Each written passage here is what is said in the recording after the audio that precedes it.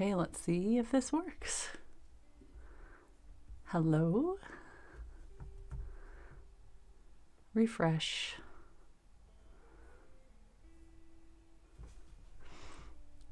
Let me know if you can hear me and see me. I can see chat moving. My screen was showing as a blank stream. I was like, oh, good.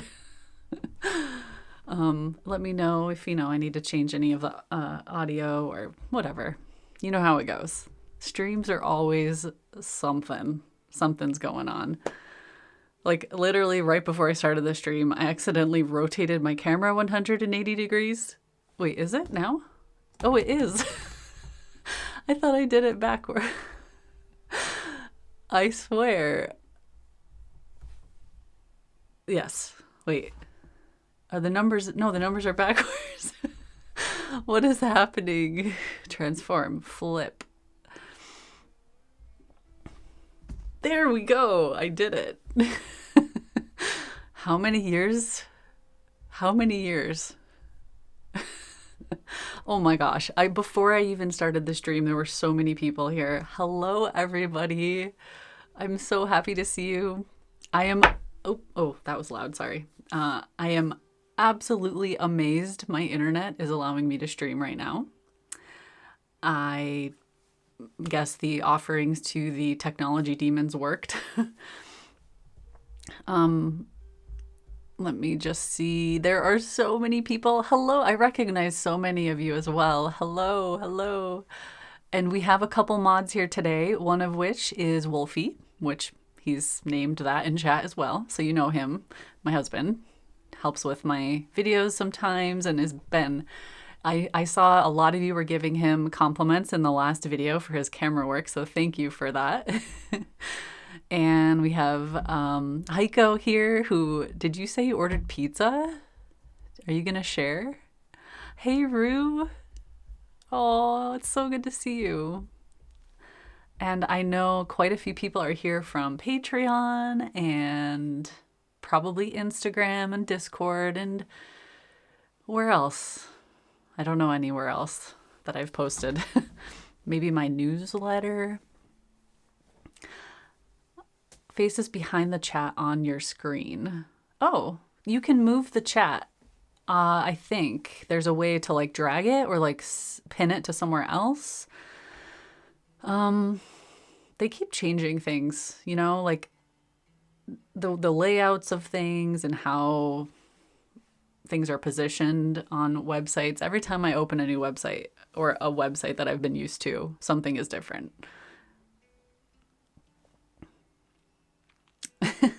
You're surprised you don't get motion sickness from us filming. Well, there's this beautiful button in the video editing software called Stabilize. It is our best friend. Nightbot. Is Nightbot here? I hope so, because we have some commands that we can use. Okay, good. It's there. Yes. Return of Nightbot. Nightbot has been our friend for a long time. Just so you know, Nightbot is not a real person. Don't try to talk to Nightbot. He's just going to ignore you. Be a jerk. We have some mood lighting going on in here. I can turn this light on. Oh no. I have to set my timer. Look how cute this is. I didn't realize it was like for kids when I got it. I thought it was just like, actually thought it was a totally different one with a cool rainbow thing, but this is just extra cute. I think, so we have in exactly almost 15 minutes, the brushes will go live, which I have here in this box, and I'm going to open it and show you. So I'm setting the timer to remind us. That's when the link will work. I think currently if you go to the website, it says coming soon, and there will be a thing where you can like put your email in and it'll say, tell me when the brushes go live. And if they sell out, it'll say sold out, I believe. I think someone from Craftomo might show up today in chat. I'm not 100% sure because we're in very different time zones. Or the person who was going to visit was going to be in a different time zone, so we'll see. Otherwise, it's just us hanging out. And what I thought I would do is open the box, show you what's up, even though you've probably already seen the video I posted about this.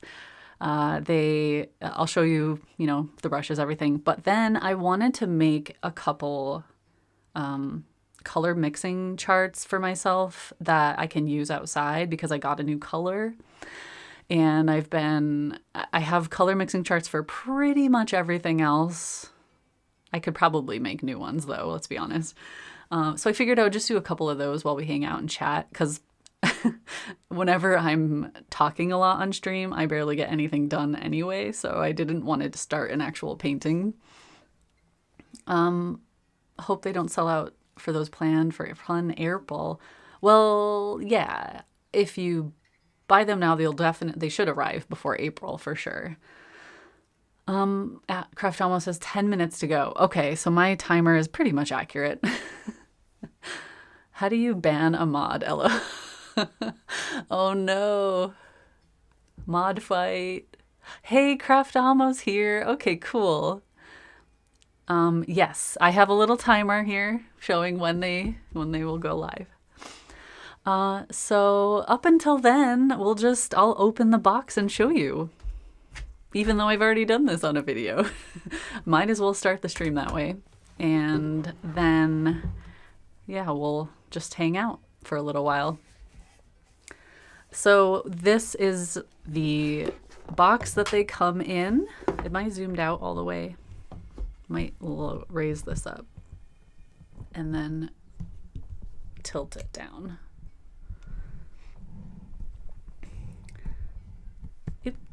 So if you have any specific questions about logistics of like shipping and oh my gosh, I'm so sorry. You're getting seasick. Okay. I can't look at the screen when I do this. It does. It's so hard to. Everyone close your eyes. Pretend you're somewhere nice. Okay. Timer there.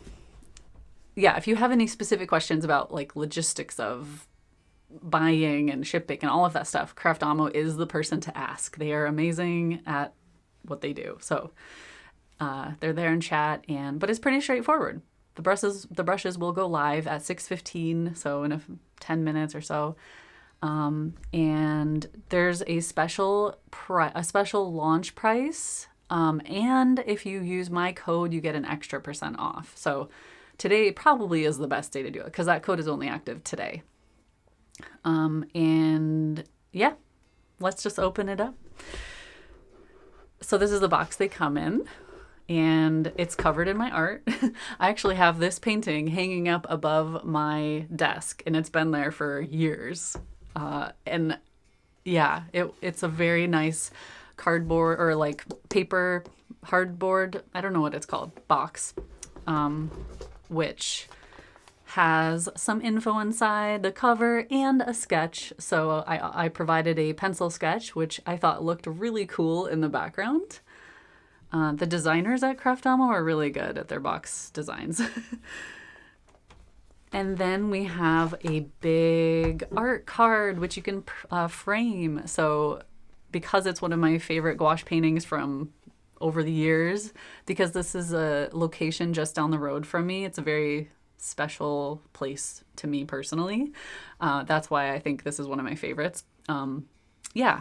And on the back, you have some information about the brushes.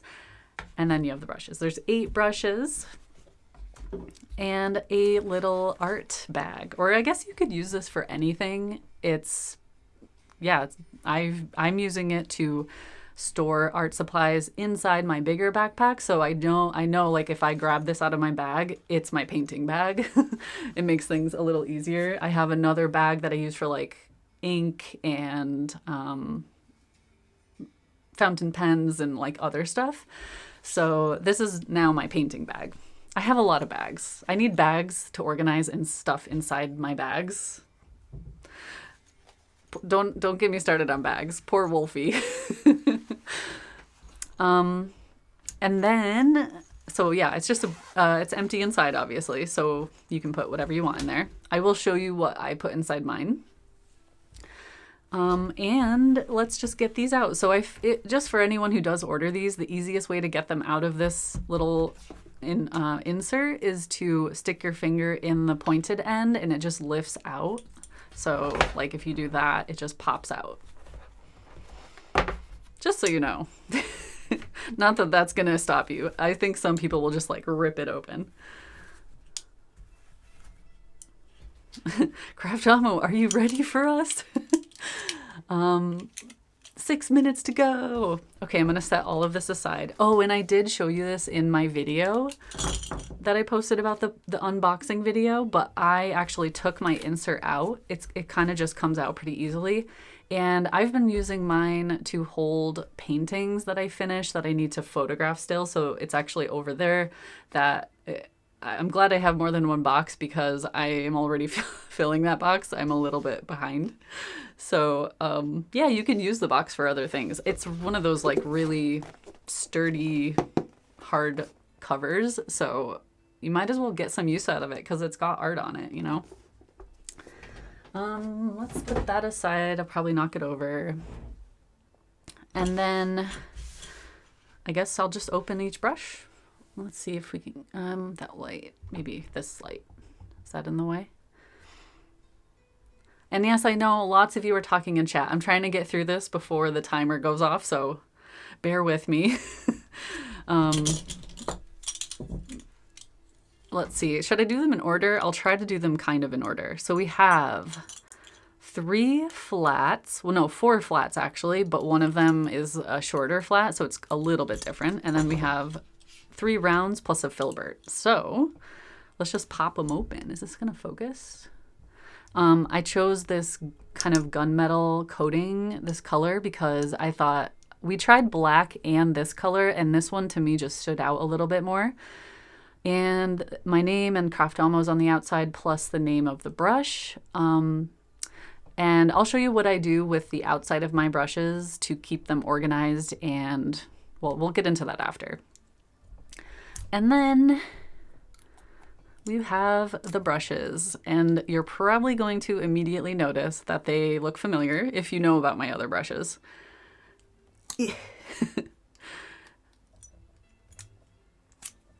Because a few of these are the exact same brushes I have in my normal set. The 1/4 inch flat brush, the, wait, what is that one called? I have all my other brushes over here on the side. Oh, it must be in my plein air bag. So we have 3 really long hair brushes and 1 shorter brush, which I call Shorty. Gotta love the Shorty. So I'll show you those in a minute. I'm trying not to make too much noise with these because if I drop these on the desk, my microphone will pick up. It'll make your ears bleed. So let's avoid that. We have a filbert, which I am so excited for. I've actually probably been using this one the most. Yeah, maybe because it's different for me outside. I usually use, like, I've never had a filbert brush, travel brush. So I think that's why I'm drawn to this one so much. Plus it's really nice for like bigger, softer marks. And then we have 3 round brushes. Some little detail brushes and a big juicy number 12, which is just like my other brush, just obviously travel version. So that's what these look like. And they've all got the point on them, which you definitely want, well, at least I do, because I like to draw with my brushes. I don't just paint with them, both round brushes and flat brushes. I tend to use the point quite a lot, actually. So there we go. We have all of them. I will bring you down closer now. Really hoping this doesn't fall off the back of the desk. It's not very secure. Is that good? I think that's good. Okay, so a couple minutes left. 2 minutes, 1 minute, I don't know, 1 minute. These are the brushes, and they obviously fit inside opened up, but you wouldn't really carry them opened up. That's the point of travel brushes, is you want them to be secure when they're closed. And so what I do, I'll show you.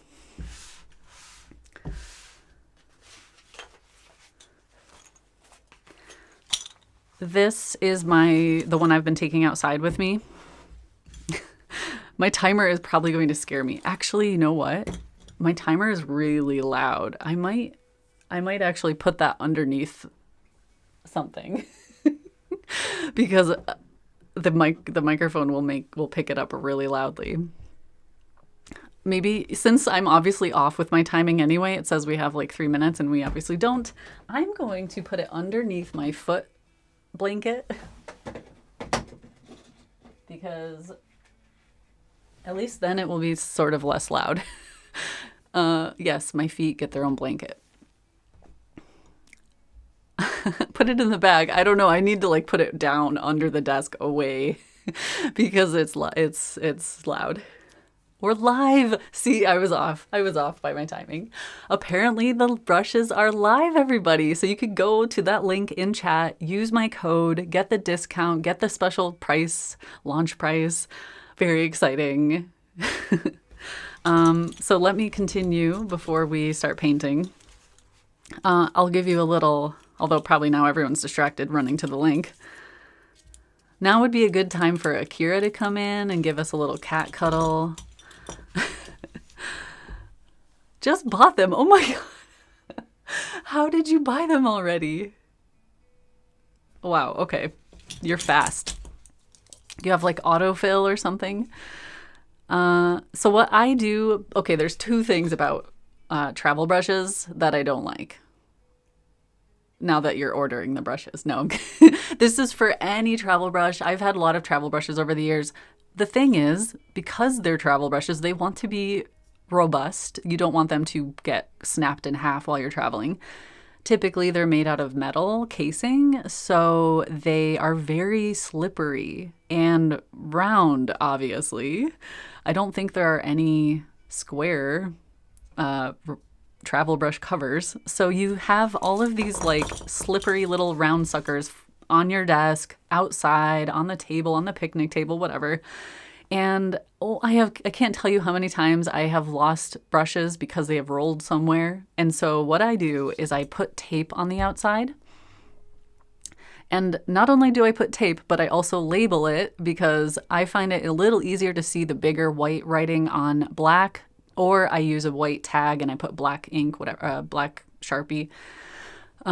Basically just as big as I can in that size. So I can quickly look in my bag, see what I have, and the fact that they have little tags mean they don't roll. So they can go about that far. And that's that.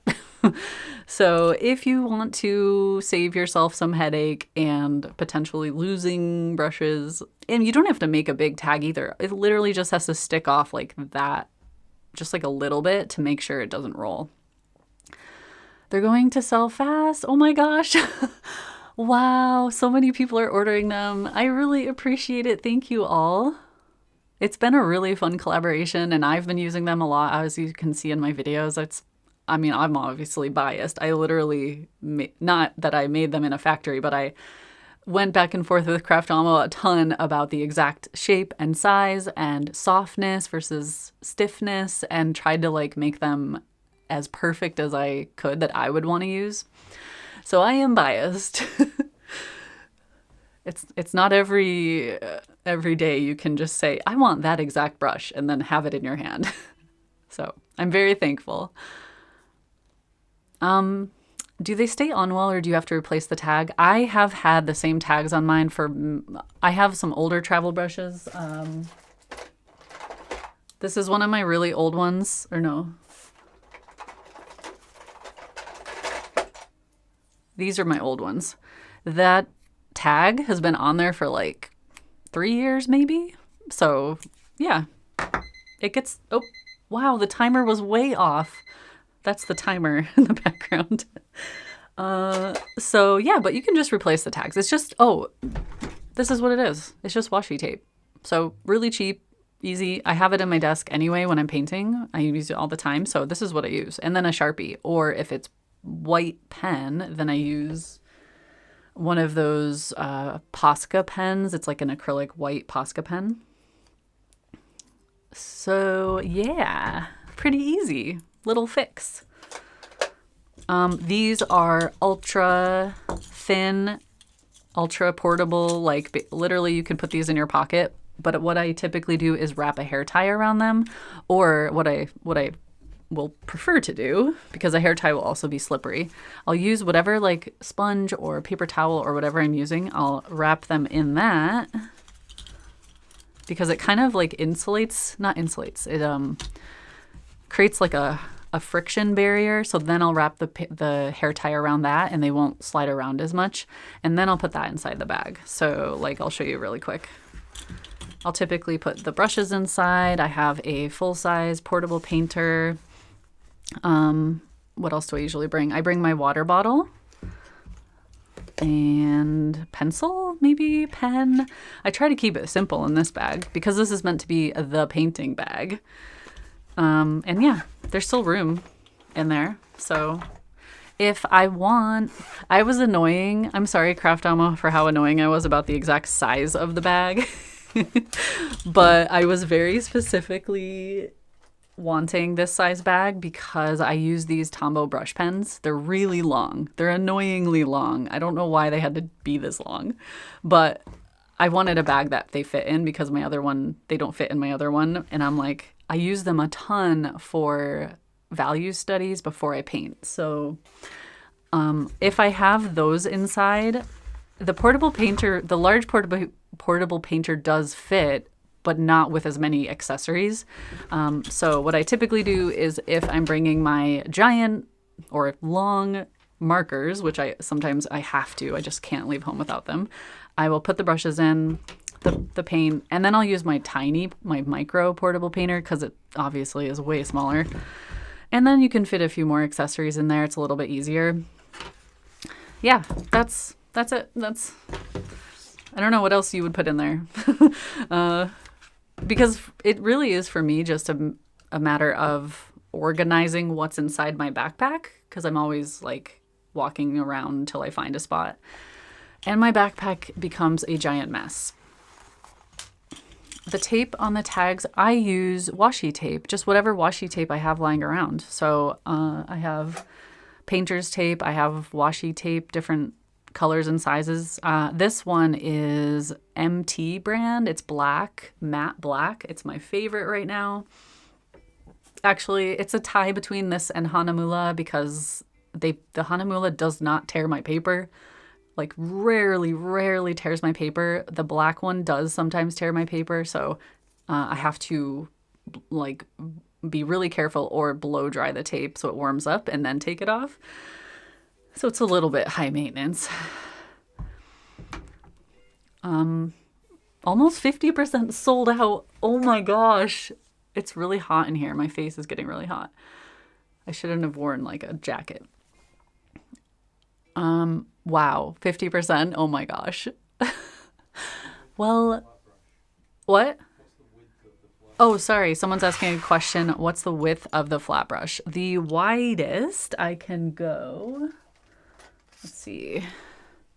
So the width of the two larger flat brushes is, I made it as wide as I could, I think. It's 6 millimeters, I think. That one's 6. That one's 7 millimeters. The Filbert is 7, I think. The large round is the same, I think, as my other number 12 in the box. That one's 6 or 7. I think round ones are hard to measure. I can't.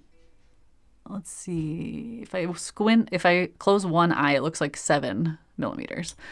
But like, I'll try to show you scale to my hand if that helps, or scale to a water bottle. I don't know if that helps. What else could I show you? Scale to a half pan. How's that? Let's look at some paint. Thank you so much for all the orders, everyone. I hope you're getting the brushes if you want the brushes. Today is probably the best deal on them. This is my watercolor palette. I have my gouache palette there too. You have clear zipper bags. Oh, that's a good idea too. I think I would use that for like pens, especially because I have so many different types of pens. Oh, and I think I mentioned it, or it's probably obvious, but the bag obviously matches the art that's on the box in the print. We themed it. I sent Craft Damo a few designs, and I was like, I don't know what people you think people would want, and they said their office chose that one, and I was like, okay, good, because I like that one. So let's look at this. This is the Shorty flat brush, and it looks like that compared to a half pan. That size. And this is the number 12 round compared to a half pan. And the large flat. There's the reason I made mine long, soft hairs is because of the way I like to use gouache especially. But I use these for watercolor and gouache. Like the video I posted yesterday, the demo video was me outside using watercolor. I'm sure I've also already shared a video of me on the coast painting with gouache with these brushes. So you can kind of see how I use it both ways. But the longer soft hairs will flex more and they won't mix with what's on the paper as quite as much. So the longer, softer hairs will flex over the dried gouache and allow you to apply a new layer of gouache. So it's just like my other, these aren't quite as long, but like bigger one. The like 3/8 inch flat is quite soft. It's one of these. This is one of them from my other brush set by Craft Damo, and they are also really long and soft, but I wanted one that was even more, so just to get some variety in there. And the whole reason is so that I can layer gouache on top of itself without mixing or digging into what's below quite as much. So it's just my personal preference for layering. I love, love, love, love dry brush effect, so I'm always thinking about that in my paintings. So I would say like the first brushes I use for the first layers are the bigger ones, and then I just go down into the details. First 11 minutes, 260. Oh my gosh. You guys, that's amazing. I'm so happy that people are getting them who want them, because I know a lot of you have been asking me for months, and I've been teasing you. And like couldn't quite say exactly when it was happening, and yeah, but now it's finally here. So I think what we should do is just get some paint on some paper. At least then we'll slow down a little bit. Is there any other questions? Wolfie's been running up the stairs asking me, why do the numbers on the flat ones differ from non-travel? I named them independently. So like, don't think about other numbers when you think about what's in this set. This set is only relating to itself so that you can tell the difference between them. I think the 12 is really similar to my normal 12. This is my normal brush 12. This might be a little bit fatter. The travel brush might be a little bit fatter. So the normal one is on the right, like this, the studio brush, and the number 12, the travel brush is on the left. So those match. So I kind of made it go down from there. Yeah. And then the Shorty obviously is short, so that has that name.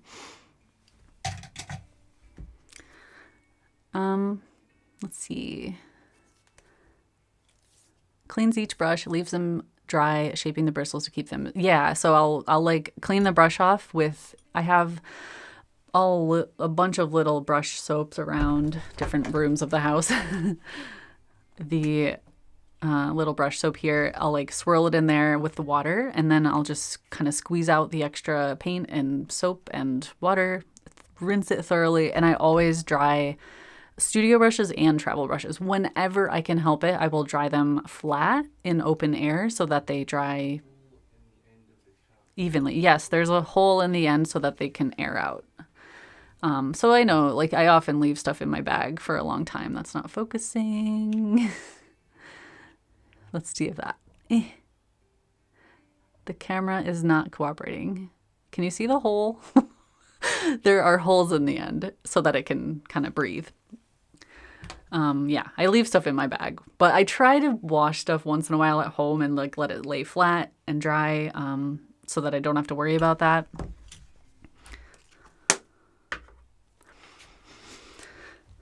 How are the points holding up on time over time? So far, so good. I mean, my other brushes, I've been using these for years, and this is what they look like.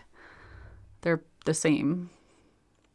They're the same hairs, the same softness that I chose. So it depends on what you do with, like, how you use your paint, I suppose. Like, if you're really digging into certain types of palettes, maybe those palettes that have like really small pans, I think may like wear down the hairs a little bit more. If you're using really, really rough paper and you're like really digging it into the paper, that might also kind of wear it down. But these ones are synthetic, so they do last longer, I find. Okay, let's see. Keep that there. I'm like, where are my brushes? They're right in front of me. Usually when you get them first, or when you first get the brush, they will have like kind of a glue coating on the hairs, so it'll be really stiff. Actually, I don't need to explain all of it, but there is the back of the print in the box has like a care link. You can go to the website and it tells you everything you need to know about taking care of your brushes. Please go look at that because it does help. But just off the top of my head, like there's going to be a little coating on the outside. You just rinse it in water for a while, soak it in water for a couple minutes, and like it'll come off. And now it's soft. So the most important thing, I think, is don't let them soak in water for too long. Like, you really shouldn't do that with any watercolor brush ever. I have a lot of brushes that I've ruined that way because the water will soak in and kind of crack the brush coating. Like my oldest brush is probably this one. It's been cracked for like probably 7 years. And I've taped it. I've put like painter's tape on it. I've put black nail polish on it to like seal it, and that even wore off. But I love it. Like if I love a brush, I will do whatever I can to make it last. I will I will sand down the handle and I will repaint it with acrylic paint and just like give it a new life. But you want to avoid that. So don't leave them in water for too long, especially like above where the ferrule is. The ferrule is this black metal part where the brush hair is attached to. And then once you rinse them, and if you can, I prefer to dry them flat because it just helps so that the water isn't like soaking up into the ferrule, or, it just seems to dry quick. Usually I have it on like a rag or something like that, and then it dries really fast. Pizza time. Oh my gosh, I'm jealous. 60% sold out. It's only 15 minutes. Oh yeah, we launched at 6:15. Trying to answer your questions as I go. Thank you, everyone. Let's use the round for a little while. I think this is my new color. It's not really new to me, but I don't have any more of my 2-color mixing charts. It's Perylene Green or Perylene Black. Let's zoom in, maybe. And is that in focus, kind of? Is it gonna hunt? Let's see. How's that? That kind of works. It's a little glossy. I'll lean it up on something. What? Are these going to be available individually? Because I'm afraid of falling in love with one brush and not being able to get it. Oh, someone's asking if they'll be available individually, and I don't believe so. We haven't talked about that. Although I will say, for a long time, my other brushes were only available in a set.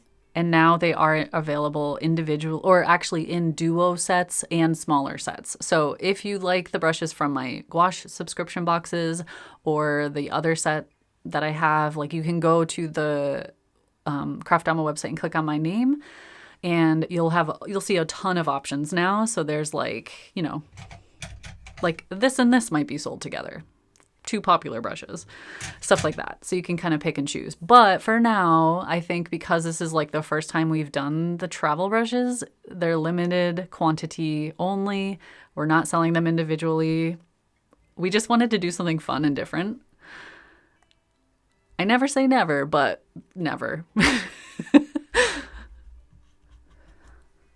I kind of like the idea that they're limited because like you guys have been, a lot of you have been with me since I first started painting even, like, what was it, 2015, 16? And I've done a lot of stuff over the years that was very like limited edition, kind of seeing if I liked it, like my books and stuff, which I love doing.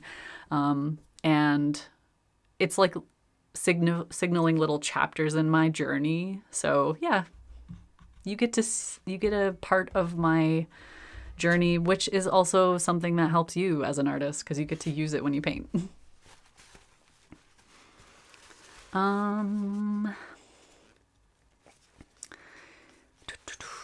gosh, I know I've probably missed a lot of questions and I'm very sorry. And I'm sure Craftamo is super amazing at answering, and Wolfie's helping, and Heiko's helping, and Ashley, hello. So many people, Rue, have been here for ages and probably know more about me than I know about me and can answer questions. So, yeah. I am going to just keep painting a little bit just to kind of show. I'll get a really juicy like wash going. How's that? Do you want to have, actually, can you hear the music?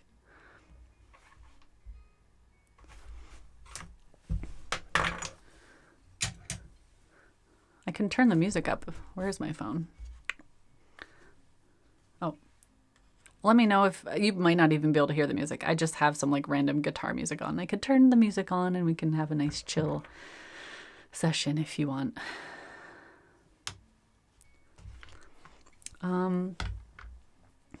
If I could find it.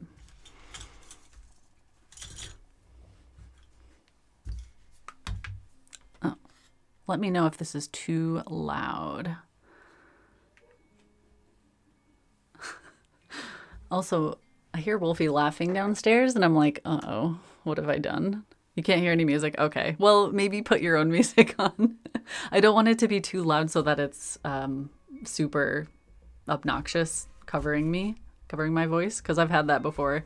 And I look back at those streams and I'm like, oh, no.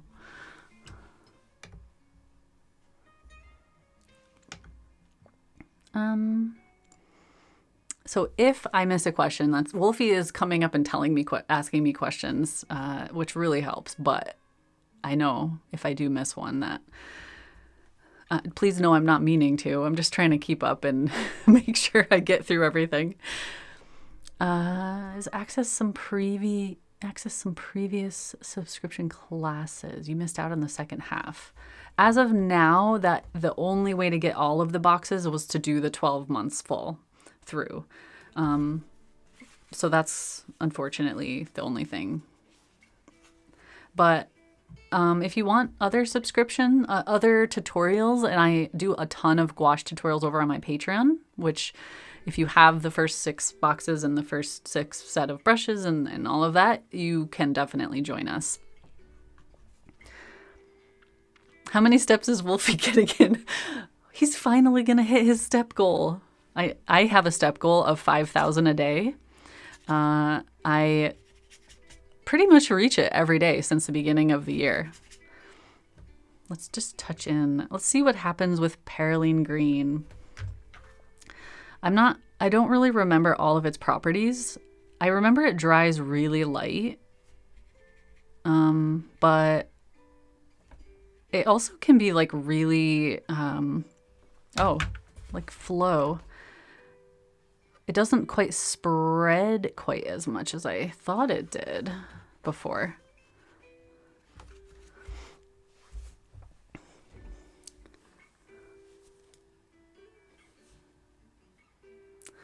Well, if, you know, at any point, Craftamo is definitely answering questions. If at any point you have questions about shipping, or if something, I mean, not saying this will happen, but if you ever run into any issues with shipping or something wrong or whatever, they email their customer service because they're really good. They're quick. They know what to do.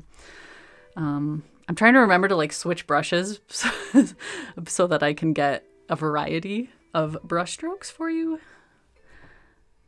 while I'm also testing the color. I always, it's Daniel Smith Perylene Green. Yeah. So I know that each brand is going to be different. I definitely like this one. The exact hue of it is really, really nice. I did the little swatch card before, and I tried to get a nice deep, like a good amount of color on this end and lighten it on that end, and it didn't dry too dark, too light. I think I had, maybe it was Winsor Newton in the past. Anyway, I had one of the brands, the Perylene Green or Perylene Black, and it dried so incredibly light. And even though I loved it, I was just like, it bugged me. So yeah, I wanted to get back to it after many years of being away from it. Uh-oh, did someone post a link or something? Oh no. Well, mods are taking care of it. I think if you post a link in chat or something, it will not like you. Nightbot is an auto mod. So when do they start shipping and where are they shipping from? oh, I don't actually know exactly where they where they ship from, but they shipped basically this week. I mean, they're ready to go, you guys. This isn't a pre-order. Everything is ready to go.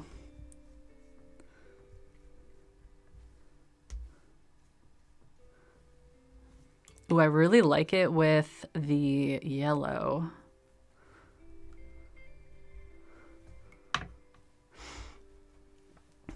Oh, I'm sorry. I'm trying to make sure that's in the screen. If I happen to have it off screen, just yell at me. Sometimes I do that. I'm like sitting here painting and it won't even be in the camera and no one is telling me.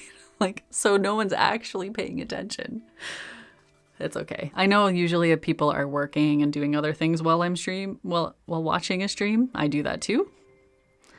Oh my gosh, you guys, I have so much cat hair in my palette. I just poured this palette like 2-3-ish weeks ago, and Akira that day insisted on just sneaking in, constantly jumping up, jumping around, and I had to pull out so many pieces of hair as it was drying, and now I can see some that are sticking out. The dimensions of the pouch, I can quickly share. 22 centimeters by 13 and a half. Yeah, ish. But like that includes the zipper inside, so it won't be completely, like, you gotta accommodate for that. We'll be ready for Plen April. Yes. I mean, that's really what I'm working towards right now. I am so excited. I mean, who doesn't love ultramarine with anything? It is such a gorgeous color. But this makes a really kind of deep indigo, turquoisey. I don't know if we're actually going to make like a real swatch mixing chart today. It might just be playing on a piece of paper because I always forget how, on a launch stream especially, we're talking a lot and we're doing a lot. So we have to see lavender with Perylene Green. I mean, lavender has just become one of my favorites. Oh my gosh, that is like a beautiful slatey kind of muted tone. Oh, I like that. I really like that. Oh, my answered already. Yeah. Wolfie's behind on questions. I did just answer the question about the pouch size. I'm trying to like, if I see a question mark in chat, I'm like, okay, let's answer. Akira's sleeping off all the shedding. No, he's growing more to shed onto my brush, onto my paint. And it's sneaky hair as well. Like he's very light colored, so I don't notice it always at first, especially on the light desk. So I'll like put a piece of paper down, I'll start painting, and the paper's white too. And halfway through, I'm like seeing how it's drying and with like these lines. You know how cat hair will like collect the water in the watercolor, and then you get all these like random lines. Really frustrating. There is, I bet you most art in the world contains cat hair or dog hair. It's just has to be the physics of it. But you know what? It just increases the value, I say. At least that's what Akira whispers to me. Ultramarine truth. It is the perfect color. Ooh, let's try some Perylene with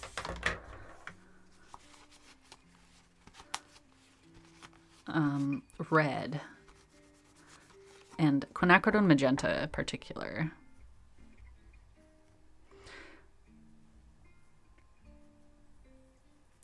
Oh my gosh. It's like a very... Quinacridone magenta, not the other one. You get like a really beautiful deep purple, almost grayish color. Okay, this is going to be really bright for a second. Oh God. But I'm going to fix it. I promise. Now we're going to have some spooky underlighting on my face, but it will be better on the camera in the long run. It should show the color better. Let's do that. Hopefully.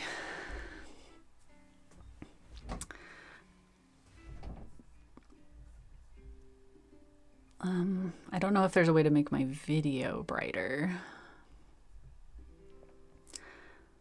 Filters. Maybe not. Okay. Maybe I'll... Oh no, don't make it yellow.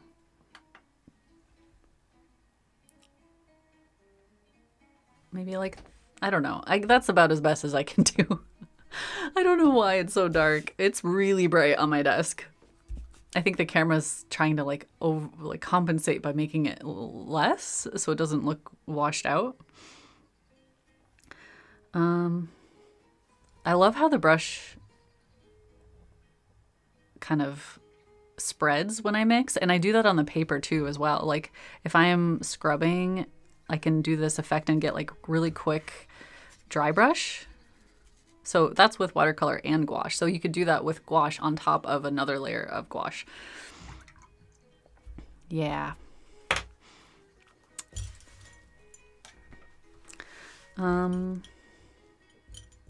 Let's do... What's that? Have you used Michael Harding watercolor?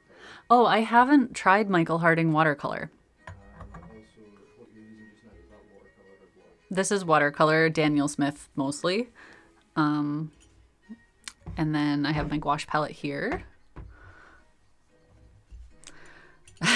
If you want them, now's the time probably, because they seem to be going quick. What do I want next? I did the shorty, I think. Did I? I think I did the shorty. There? Maybe not. Woosey! Hello! We're just hanging out, talking about color. Because we're cool. It's what cool people do. Oh. And I'm playing with Perylene Green in particular. Because it is my newest color. In both watercolor and gouache.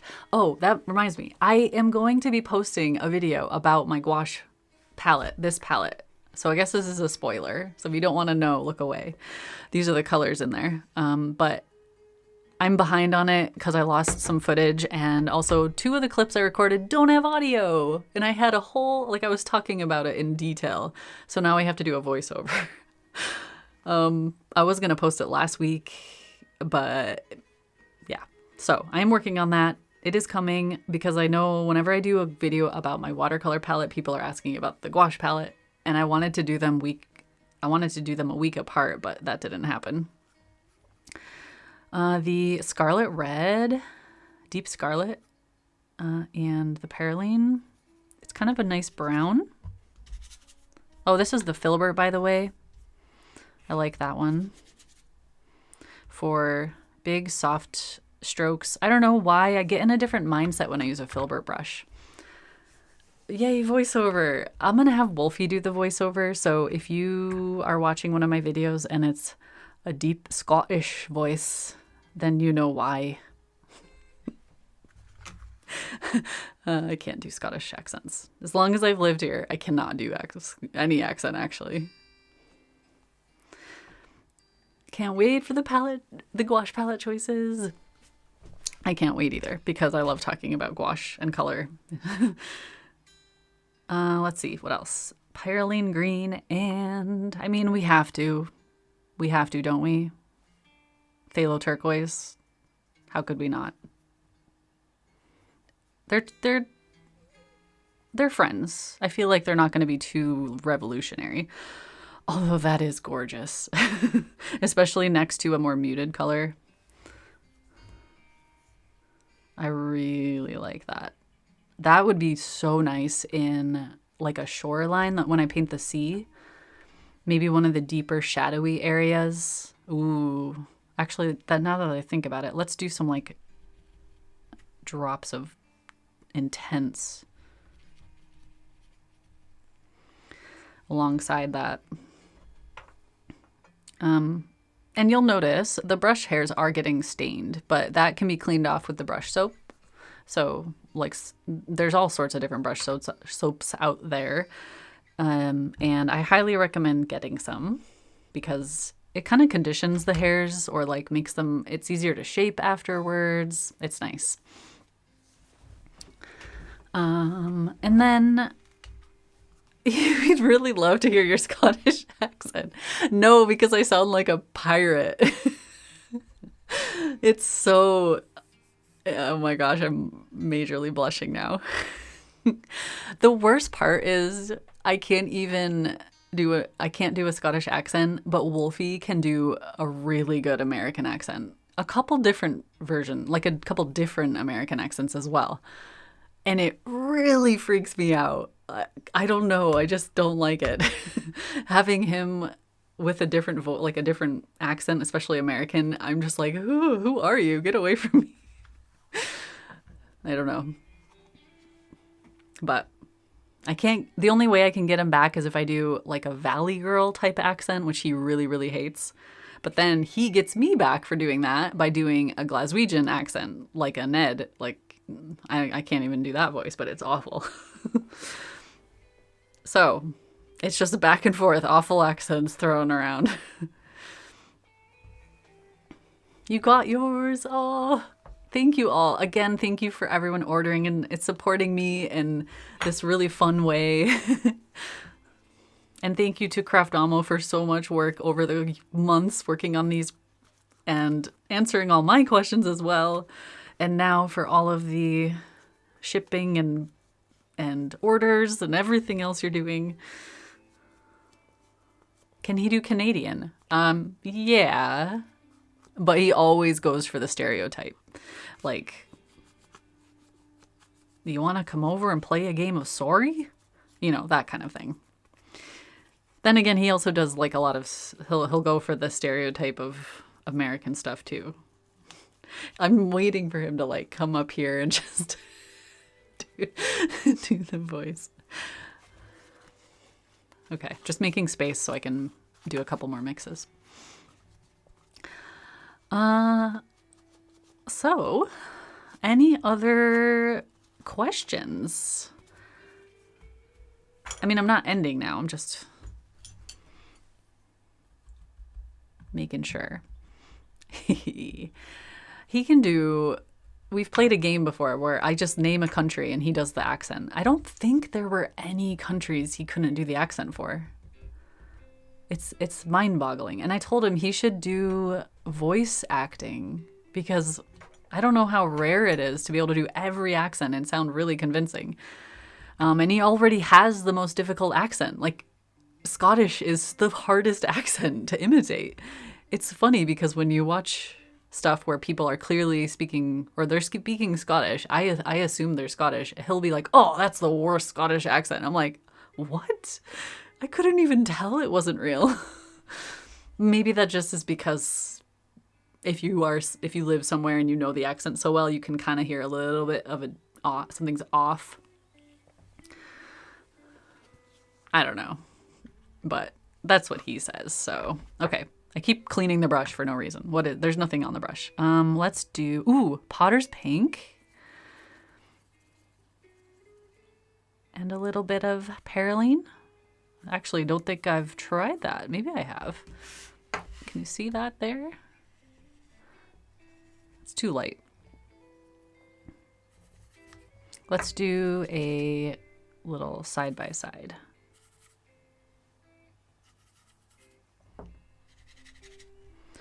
And then we'll mix them.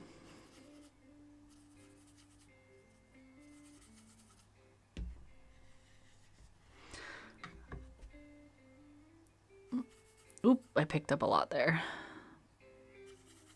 I mean, Potter's Pink is such a light, muted color, such a subtle color. I wouldn't really use it for color mixing. I would use it for effects. So it's really, really granulating. Australian accent. I mean, I think he does a really good Australian accent, but I'm not Australian. So his family lives in Australia, part of his family. So he knows how it sounds properly.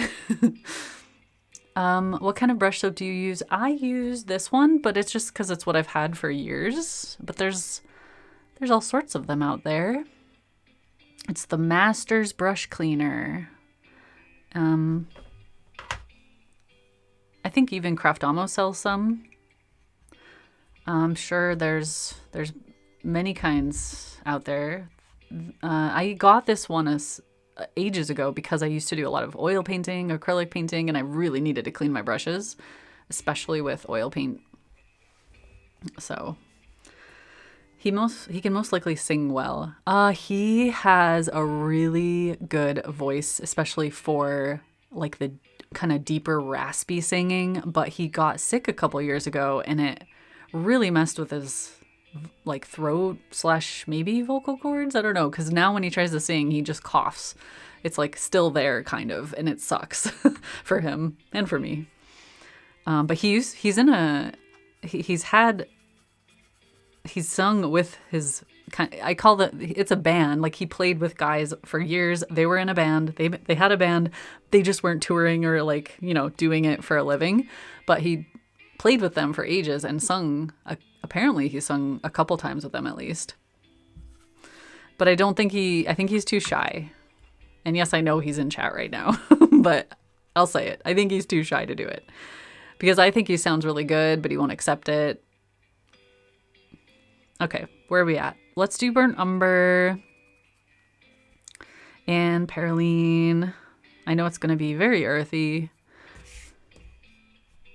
Ooh, I actually kind of like that. It's like, it kind of warms up the green a little. Ooh, I really like that. That's a nice shadow. That's a shadowy green. Let's try that with a touch of the yellow. This is my fake quinacridone gold that I talked about in my my watercolor palette video. Ooh, I like that. Okay, note to self. Perylene green with burnt umber and a tiny bit of the gold. That is really nice. Actually, what does that remind me of? That reminds me of green, not green gold, green apatite genuine, maybe I'm thinking, or what is that other one? I have one of the Primatex that's kind of like a muddy green. I think I just made that color. Now you want to hear Wolfie sing. Oh, that's really annoying me with how dark the screen is. Is that better? Is that worse? I don't know. It is so bright on my desk. Like, how can it be this dark? Oh, that's as bright as that goes. No? I don't know. Look how spooky I look. Why do I have to have this? Let's do the long. This is the one I like to use kind of as a script brush, rigger brush as well, because it's so skinny. Serpentine. Yeah, kind of serpentine, although I did a little darker. Serpentine is a little lighter, I think. Undersea green. Thank you. I think that's what I was thinking of, which I have, except Undersea green also has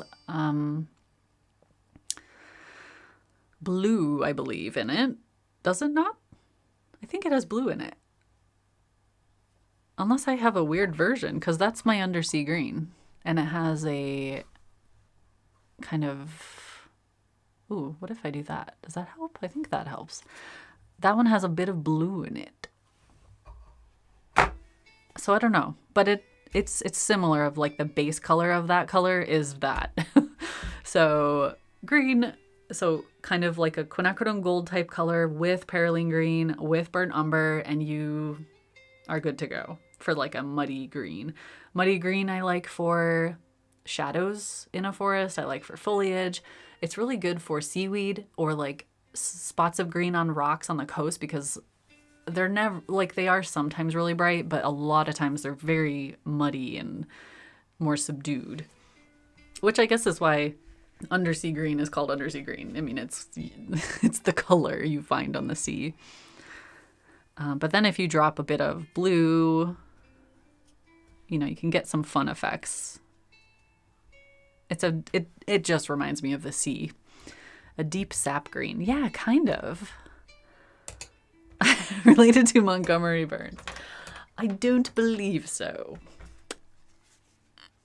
Who knows? Ancestry. I've never tested it. Actually, I have tested my DNA heritage thingy, but didn't look at the list because you have to pay extra for that. You have to pay extra to stalk people.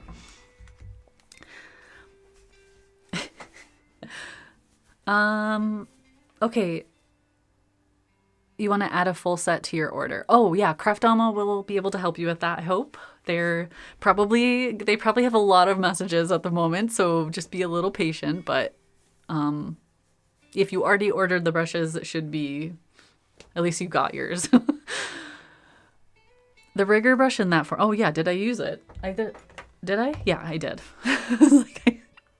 I picked it up and got it wet, and then I didn't do anything with it. And then let's drop some, let's just clean lemon yellow. I am doing really good at keeping my yellow clean. Look at that. That's spotless, except for all the cat hair. I don't know if you can see. Put a little lemon yellow in the edge of it just to see how that dries. I am making mental notes, by the way, about all this, and I'll be able to watch the stream. But, you know, just perylene green here. Perylene green with a bit of the lemon yellow and the gold is there. Then we have ultramarine. Then we have the Potter's Pink with perylene green. Then we have phthalo turquoise. And this is the scarlet red with the perylene, but I did more scarlet, obviously. This was the quinacridone magenta, a very nice kind of deep purpley tone. What was that one? That was, I lost one. That was the lavender, or the lilac lavender color. This is why I can go back and watch the stream so I can double check. But how weird is it that I can remember the ones I did longer ago, but I can't remember the ones I just did? Something's up. And I know it's not just because I turned 40. It's been happening too long. Something about my memory. I don't know what it is. I get weird moments where I can't remember things that just happened, but I can remember something 20, 30 minutes ago, an hour ago. Maybe it hasn't like sunk in quite yet. How long did it take you to develop the new brush set? I think we went back and forth maybe, it was definitely a few months, several months maybe, because it took a while to like get the brushes, get the prototypes, test it out a little, say, oh, this one needs a bit of a tweak, send the dimensions back, get the new brushes prototypes made, test them out, because I wanted to like actually thoroughly test them. Like, do I like using them? That's the biggest thing, because otherwise, what's the point of me wanting to share them? So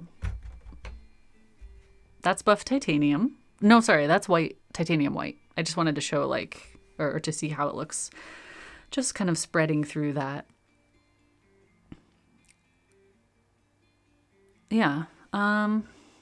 Yeah, it was a decent amount of time. It was too long probably for me, for like how long I teased everyone. So when was your birthday? It was February 27th. A few days. Oh, no, it wasn't a few days ago. What day is it? It's the 16th. We're in a time warp. I don't even know. Okay, let's do the tiny baby brush. Hey, Sketches! Hello, hello. How are you?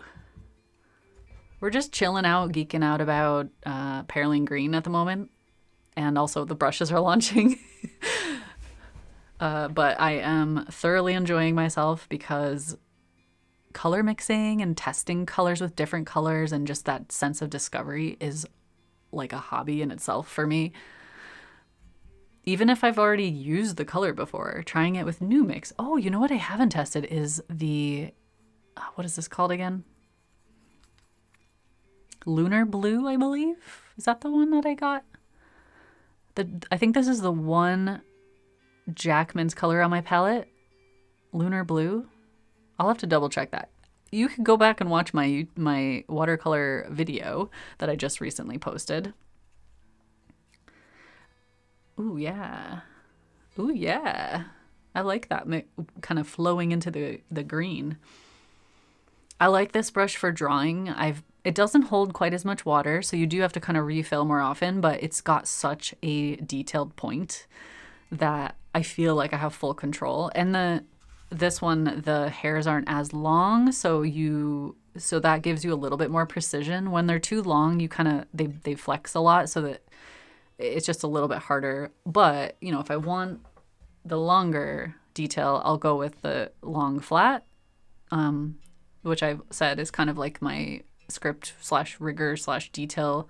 This one's really soft, so I can be a little bit more loose, and I like the longer soft one for, I would say, like long grasses, obviously, dune grasses especially, branches in a tree, because I like to get really... I like them to be more organic, so I'll actually hold it very loose and I'll just kind of like let it I let the brush wander on its own. That's really fun. And then if I want something actually small and detailed and precise, I'll go for this one. This is the baby. Everyone have Winsor Newton Perylene Green. I am pretty sure that's the one I used to have. And I did like it, but I think it dried a lot lighter. But this one is also drying pretty light. You can see there. That's pretty light. You have to be careful with how much, if you want it to be really dark, with how much water you're adding. And then maybe you'll need a second layer for some areas. So anyway, how are you, Sketches? Can't complain. I'm good. Yep, it's been a wild launch so far, apparently. Wow. Craftamo calling us out. God. Why haven't you? So I'm just gonna kind of keep playing a little bit with, I'm trying to do a little playing with learning about the Perylene Green as well as showing the different brushes. So it's kind of fun. Yeah, this is what did I just mix? The Lunar Blue, probably. I think that's what that is. I'll say Lunar Blue asterisk probably plus the Perylene Green is a really nice, not black detail color. So if you want to like get a little color in your shadow or your darkest dark, I think that's a good combo. You could also add a bit of quinacridone magenta to lean it more purple, which would be nice. I pretty much try to mix my 3 darkest colors on the palette for my black because I don't have black on the palette. These are the actual colors, by the way, how they look when they dry, which I have a whole video about this if you want to check it out.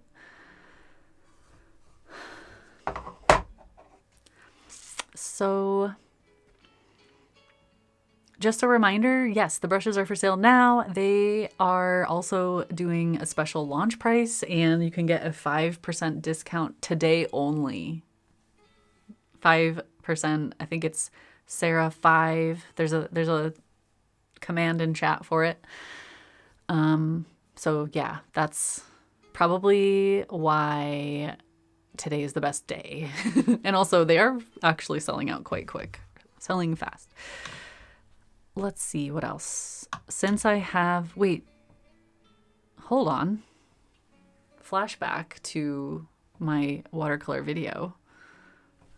You know, it would be really helpful if I had pulled out my actual swatch sheet that I made with labels of all the color names. Because I'm pretty sure that's under sea green, but now I'm like, did I make my own green there? Because I did quite a few custom mixes over the last several weeks when I was making this palette. Are there any Sarah Burns lore specialists in chat that remember my watercolor video from not that long ago that can tell me what my colors are? 'Cause yeah. Okay, last brush. This is the one that is basically the equivalent to my 1/4 inch flat brush. I think it's the same length even. Where are you at? Yeah, this is the, let's get it wet so we can see.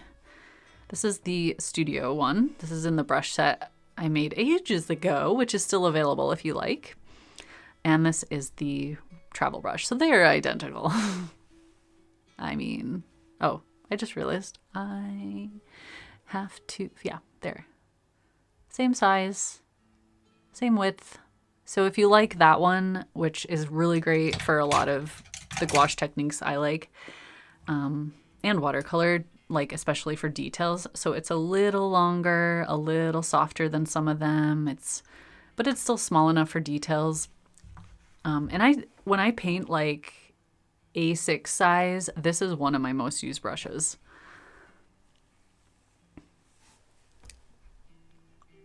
What is the snap like on the brushes? Ooh, the longer soft brushes are definitely not as snappy.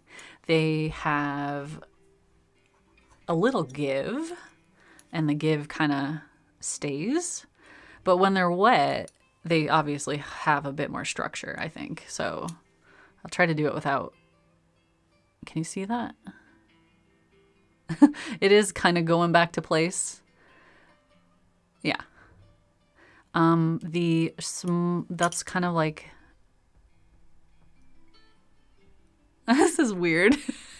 I'm just on stream flicking some brushes, normal. The Shorty is this, I think the Shorty is the springiest brush. The Shorty brush has the shortest hairs and I think the stiffer hairs. Maybe the small round brush as well is a little bit more stiff. But the reason for that is I wanted something that kind of complements the other ones, but also really good for smaller, kind of building more. Like I would use this one to maybe do the base layer in a lot of things, tree trunks, rocks kind of stuff. And then I would use the softer brushes to gently overlay the dry brush. So definitely you can hear that one, right? And then we have the big ones, very springy. The bigger one, number 12, is definitely slightly, it's not quite as soft, so it keeps its shape really well. Nice pointy. And then the Filbert is got nice spring to it. It's not quite as soft. It's got a little bit more hair than the other flats. So yeah, holds its shape, structure. Is that answering your question? I don't even know. Your Undersea Green on your palette is a custom mix. Alice, you have been awarded the lore care, what do we want to call you? The librarian of lore on Sarah Burns' channel. The funny thing is, I know a lot of you know more about my supplies than I do, probably, especially if you've watched a video for a specific reason and you're like, oh, that's the thing I was going to get. So then you see it in use and then you use it. It's like it sticks with you. Whereas I make these videos, like, you know, I change my palette every year. So last year's palette, I would have to go look at my blog to know what that was. But there's certain colors that I tend to use always. They kind of carry over from year to year. The small one definitely has a lot of structure, a lot of spring to it. Pretty stiff.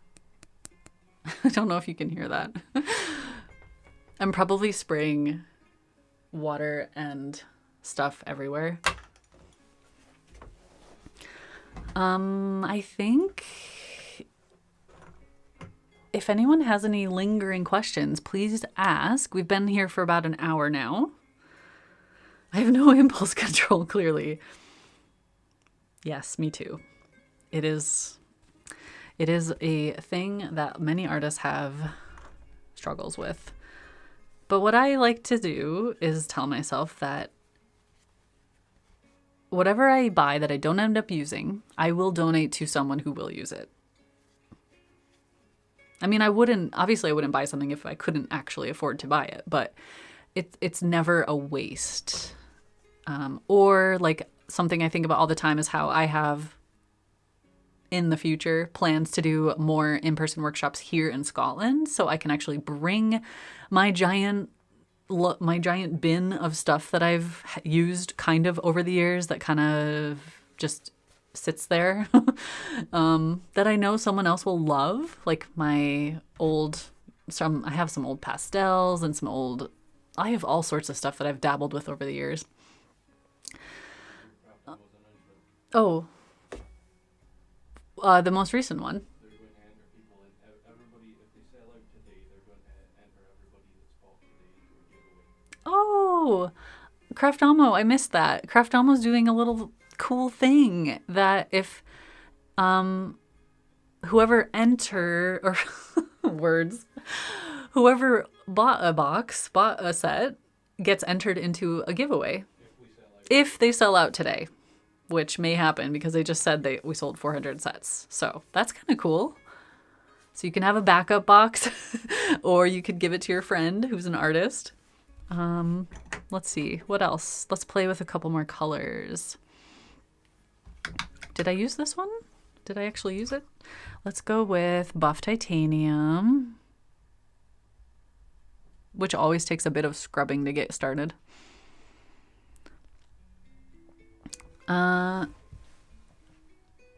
Combine Ultramarine, Lemon Yellow, Quinacridone Burnt Orange. Oh, yes, that's right. Yes, I love it. That's all I know. It's great. I mean, Buff Titanium is just going to give us a lighter, kind of more opaque, milky version of the color we're testing. So that's gorgeous. Let's see how opaque it is. I mean, it's not super, super opaque, but it's just it's almost like a milky sage kind of. It'll probably dry a lot lighter as well. We have to watch that. That would be nice for distant trees, distant stuff in the landscape. I mean, I used Buff Titanium mixed with almost all the various colors in a landscape for the distant elements. Also lavender. Those are my two favorites for distant elements.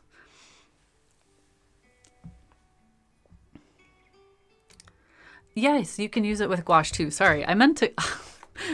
By now I thought I would have tested all the gouache and all of the brushes and all of the things. This is my gouache palette, which I created a few weeks ago. It's pretty much just now drying. So let's...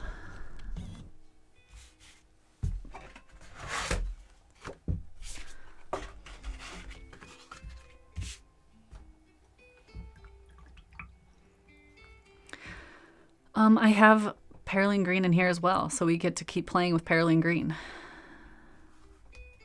Let's just do a couple. Let's do a base layer.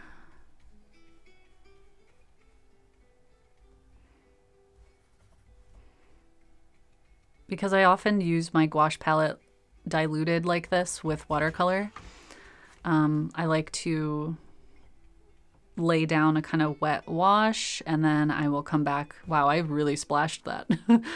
I will come back with another layer and kind of build the details up. Not always, but I do like to do that. And then I'll just put a couple touches of yellow here and there just to kind of see. But now I'm contaminating my yellow. Ooh, I really like that. That's the one. I only have one tube left of my Schmincke Titanium Gold Ochre, which is one of my favorite colors. It's a little shiny. Let's kind of adjust that. I swear to you, on my life, someday I will get my stream light figured out. It's dark in here. It's dark outside, so I'm only using this. And for some reason, my camera is making it darker, even though it's really bright on the desk. Let's go with some burnt sienna mixed with Perylene. Ooh. Ooh. I've been getting back into burnt sienna too. I kind of fell out with burnt sienna for a while. Just felt maybe I used it too much for a while. I don't know. You know how you do that with some colors? Yeah, I like that. Kind of, again, the same kind of muddy green, but it's still warm. Like it's a warm, muddy green. And I'm not saying muddy in a bad way. I like muddy colors for a lot of things. I just say muddy because it's like you just have that more earthy brown feeling to it.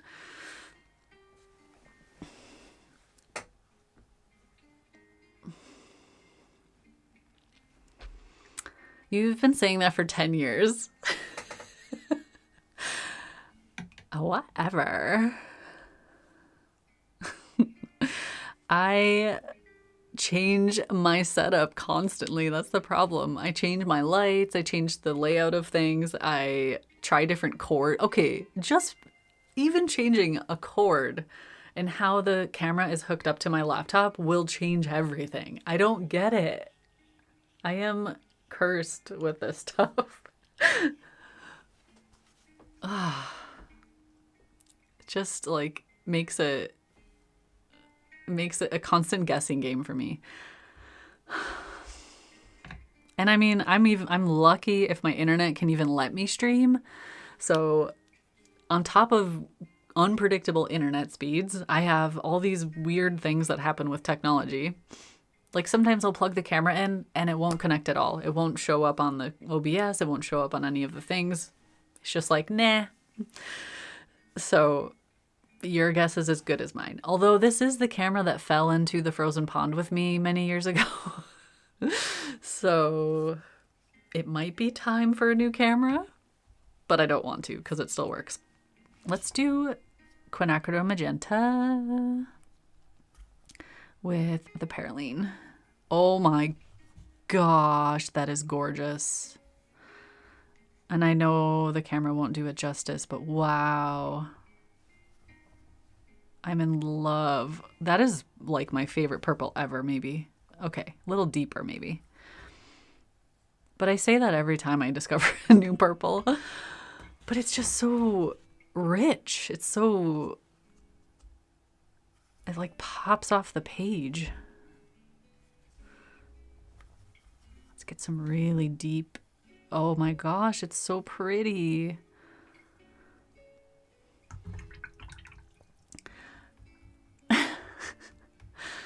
Yeah, fell into a we won't go there.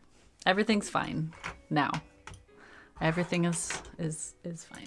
Let's go back to the filbert because the filbert was like the one that everyone was excited about. Wait, where did I? Filbert. Oh, there you are. I'm calling him Filbert as his name. Let's do an actual, or no, I'll keep playing a little bit. I just want to touch in a little bit of, I like how the turquoise spreads in other colors. It reminds me of titanium white, probably because it has titanium white in it.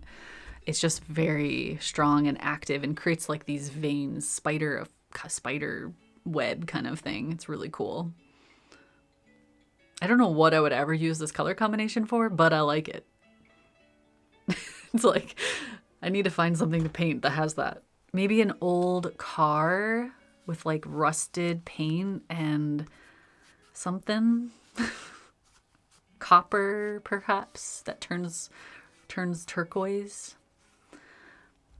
Every live stream, I have tech issues. See, it's not just me. It's like the 5 minutes before the stream as well. I will set up hours ahead of time, come back in, I'm ready to go. And then all of a sudden, like today when I started, I have no idea how, but my camera was flipped upside down and flopped horizontally. I had to fix it on the OBS. I was like, what? This has never happened.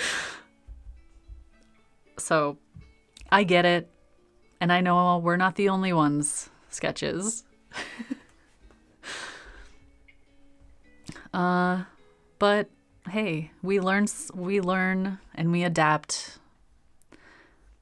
Improvise, adapt, overcome.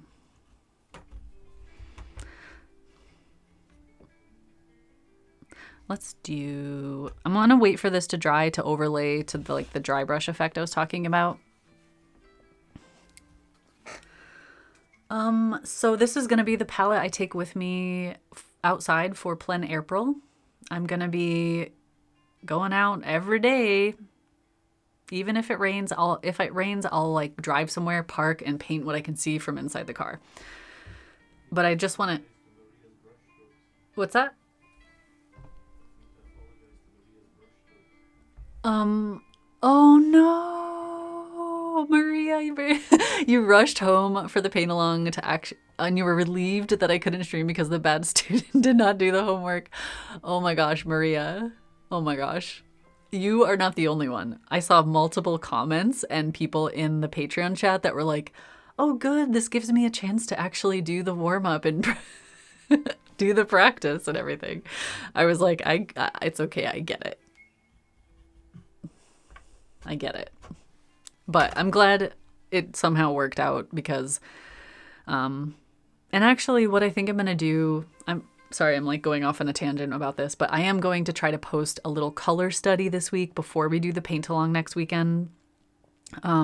Just to give people kind of a better, stronger idea of what we're doing.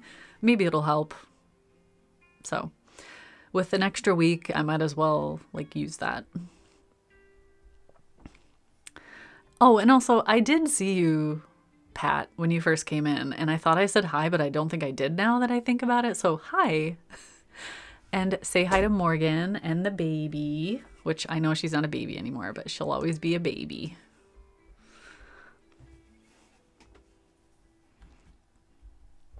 I mean, no, say hi to the big girl, the beautiful girl.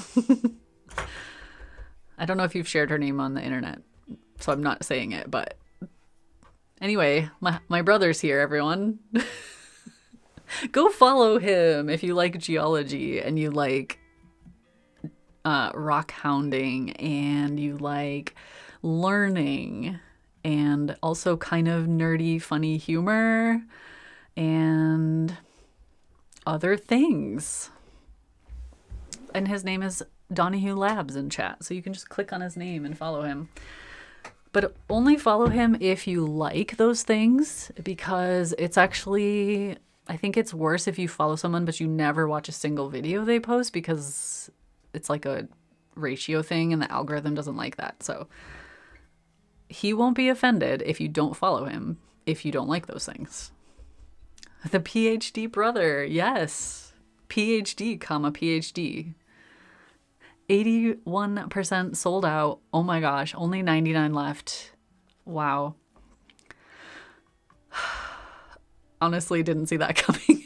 I didn't think, well, I guess I knew travel brushes are like a big thing for people, but I thought they were more niche, I guess. So that's exciting. Is this dry yet? Can we layer? I think we can layer there. Let's try. Should I use this one? This is kind of tainted by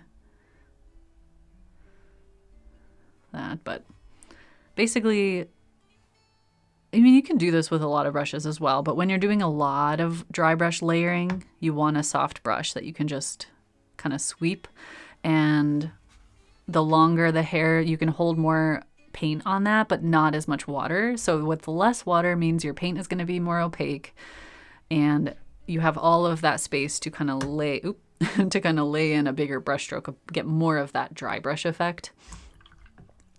I hope that makes sense. I'm trying to tell you the reasoning behind the longer hairs. That's why I like them. Like the bigger one, maybe I can show as well.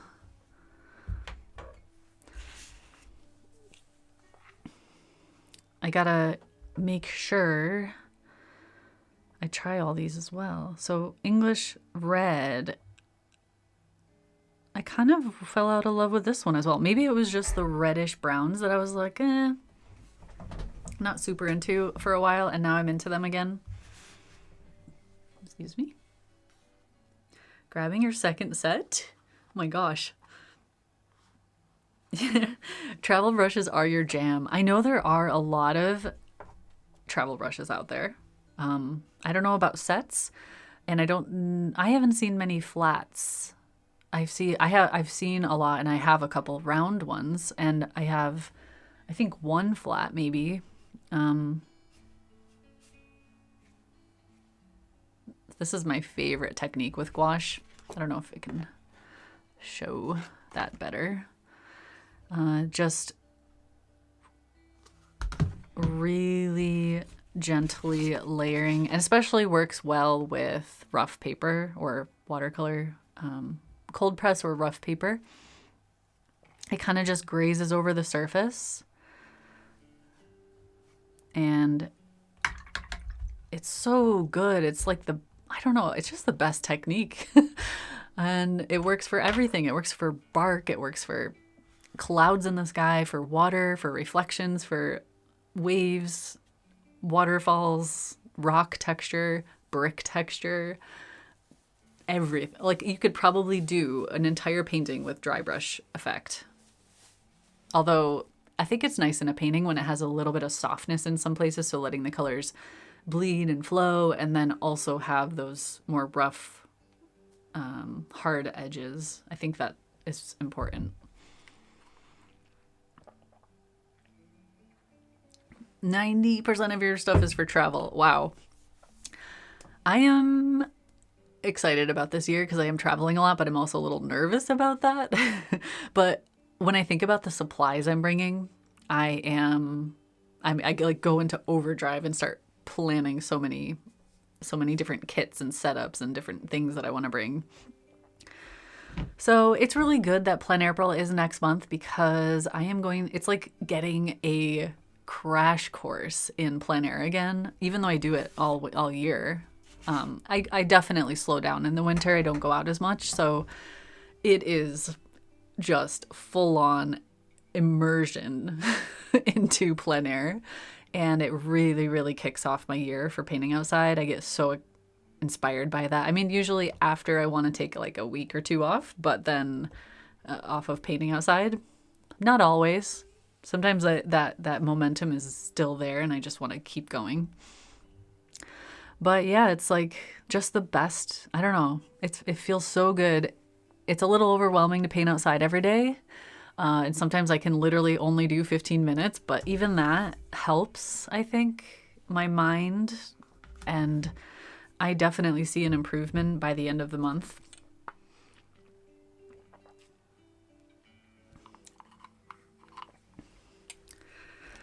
Oh, have I answered everyone's questions? That's something I want to make sure I do before I head out. Because I was going to maybe do max 2 hours today, which means we have about 25 minutes left. And thank you again for everyone who is already ordering them. One question that actually would be fun to answer in chat is, I actually don't know, how would you answer this? I was going to say, what is the one item you cannot travel without? But that is impossible to answer because, like, you need a palette and brush and paper. I just like talking about supplies.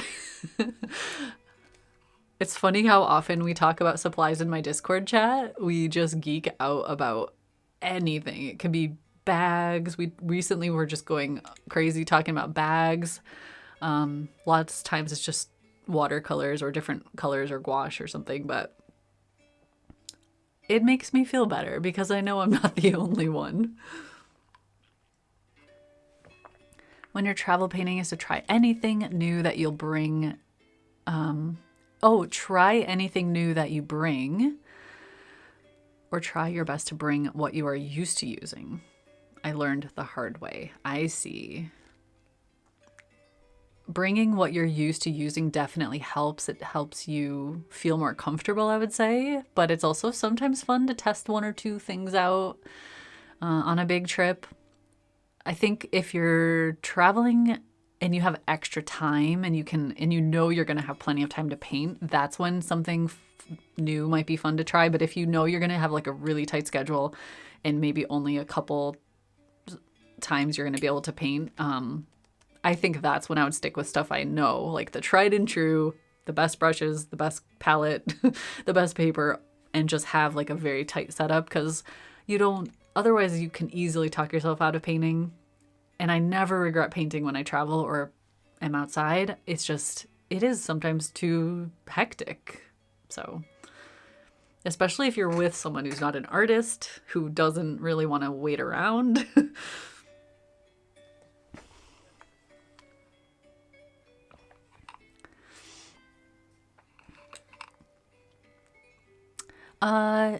The Discord, there is a Discord command. I will share that in chat. You can join us. We just kind of hang out and chat. I think there's go.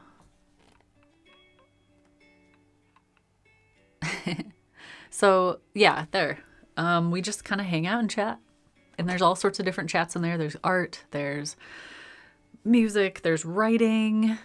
I've really been enjoying the writing chat. It inspires me. Okay, I'm drinking too much water and I just feel like I need to burp. Let's not do that on stream, please. Okay, here's a fun fact. Why am I telling you this? I told my Discord chat already, so whatever. The video that I just posted, the demo video of these outside on the coast with the lighthouse and everything. Why am I telling you this?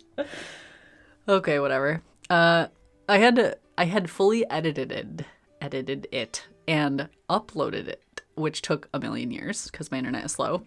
And I was typing up the title and all the information in the YouTube video.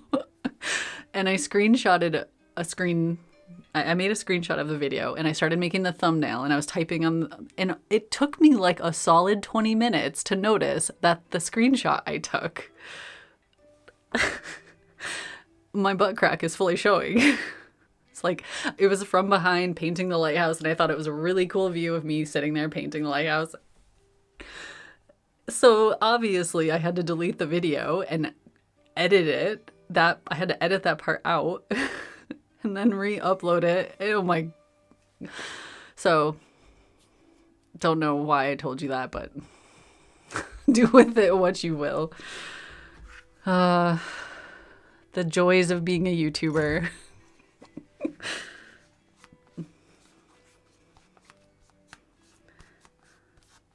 It makes me wonder how many people that has happened to, or similar things have happened to. At least I noticed.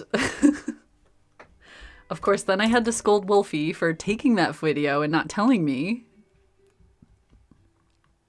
I was like, oh, when you took that video, did you not notice something? And he's like, what? And I was like, yeah, look at the video. And he's like, oh. Yeah. Okay, let's recover with some brush strokes. I will do some... I do the burnt umber with the gouache. You can probably tell that I'm trying to keep this palette extremely tidy, which is not my normal thing.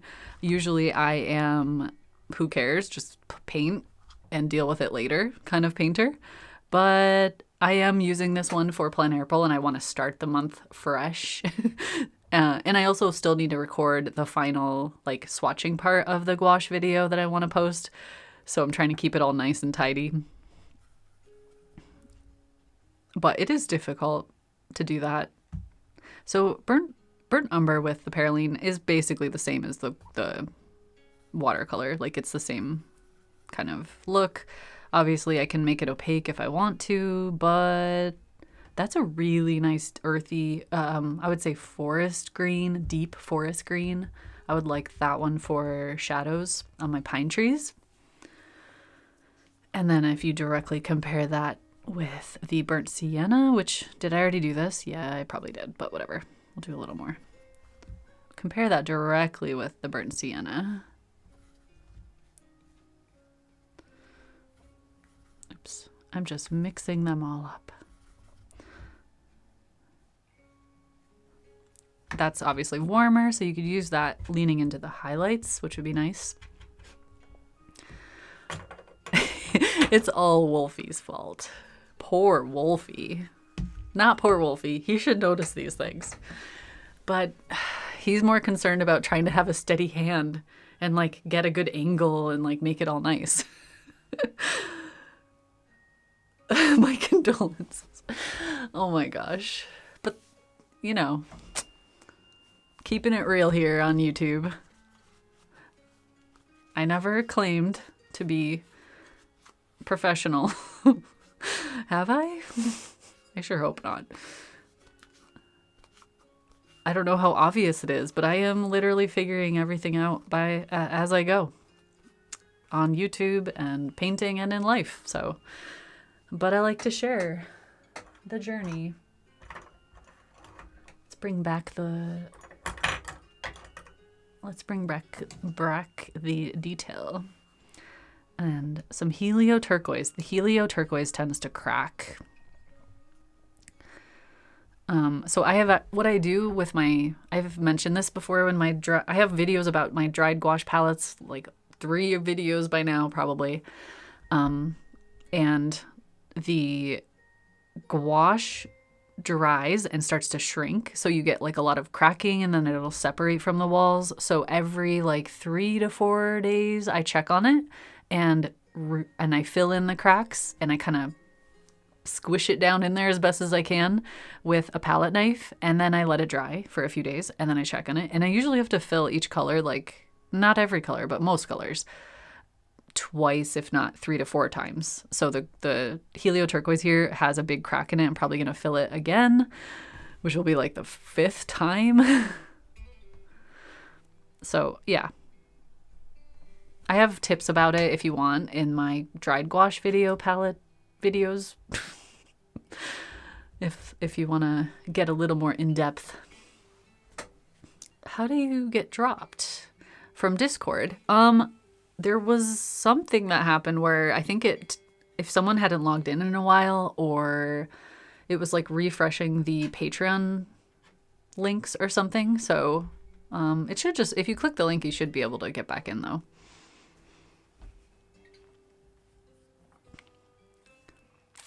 Just making sure I have 75 left. Oh my gosh, that is crazy.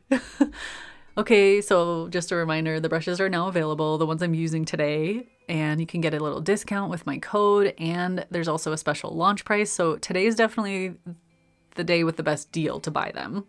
And then I think the launch price will last through the week if they don't sell out. So if they sell out, I hope you got them. We're only human, you know. Yeah, exactly.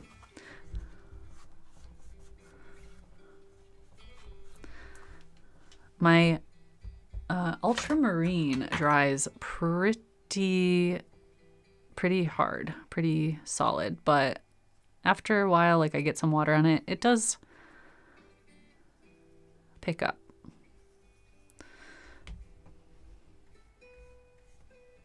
Gosh, I just love the Filbert brush. Oh, and as a reminder, I mentioned this earlier, but I'll say it one more time because it's new. We have some sets. I have a few different sets of brushes on the Craftama website. My original set of 7 is still there, but also we now launched or released the brushes that were in the gouache subscription box as like duo sets, I think. And also you could get them as a whole set on their own. But like these are some of the bigger ones from the boxes. And there's also fun shapes in there like cat tongue and dagger brushes, and where are the other ones? Like angled brushes. So you can go check and see if there's like a combo that you like. But that's new, which is fun. Because we got a lot of questions about that, or I did, probably Craftama too. Like when, or like could people buy them individually or as like smaller sets? So it's finally happening. I think it's because y'all were so persistent asking, and also because they were quite popular. So thank you.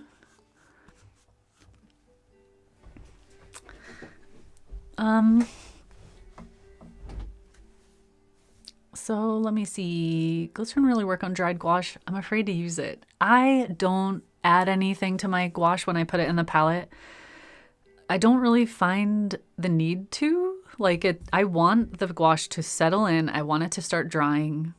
I obviously don't want it to crumble and crack out of the palette, but when I do it the way I just told you, where I put it in, let it dry for a few days, and then start filling in the gaps as I go, I do that over the course of like 2 weeks, and the gouache is like so packed in there, and it's professional, like high quality gouache, so it doesn't crumble quite as much. And then by the time, it's like 2 weeks later, I'm ready to use it. And if I use it regularly, it doesn't become an issue. If I let the gouache get low in the palette, like halfway down or less, it does crumble pretty easily because I think there's just not enough of it there. Like there's too much air. And by the time like you've used a lot of water in it, you've just diluted the binder too much. So if I try not to let it get too low is what I'm saying. I just refill it all the time. For Plein April, I probably won't need to refill it more than once, I hope. Last year I think I refilled it once about halfway through.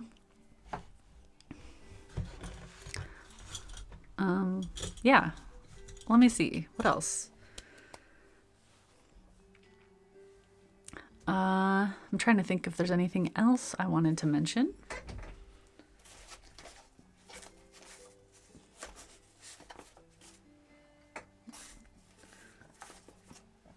I was gonna show maybe like if you don't have travel brushes, but you have my other brushes that I was just mentioning, I use the bigger, or actually this is the small, but even though it's big, I think it's called the small, but it's the Pro Art brush case, and it holds tons of brushes. These are just a few of mine.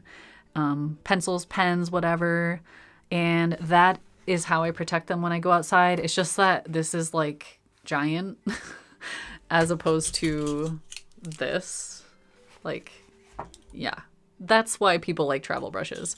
But if you do have the bigger brushes, then definitely protect them, because I have lost brushes. I have like stepped on brushes. I have ruined the hairs sometimes if I like leave them in my bag and I don't remember they're in my bag and they're just loose.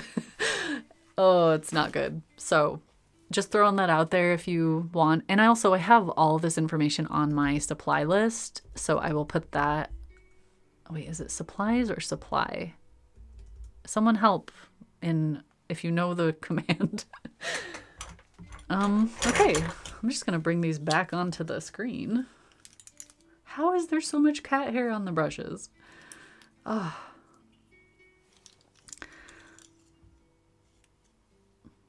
So what else do we need to talk about?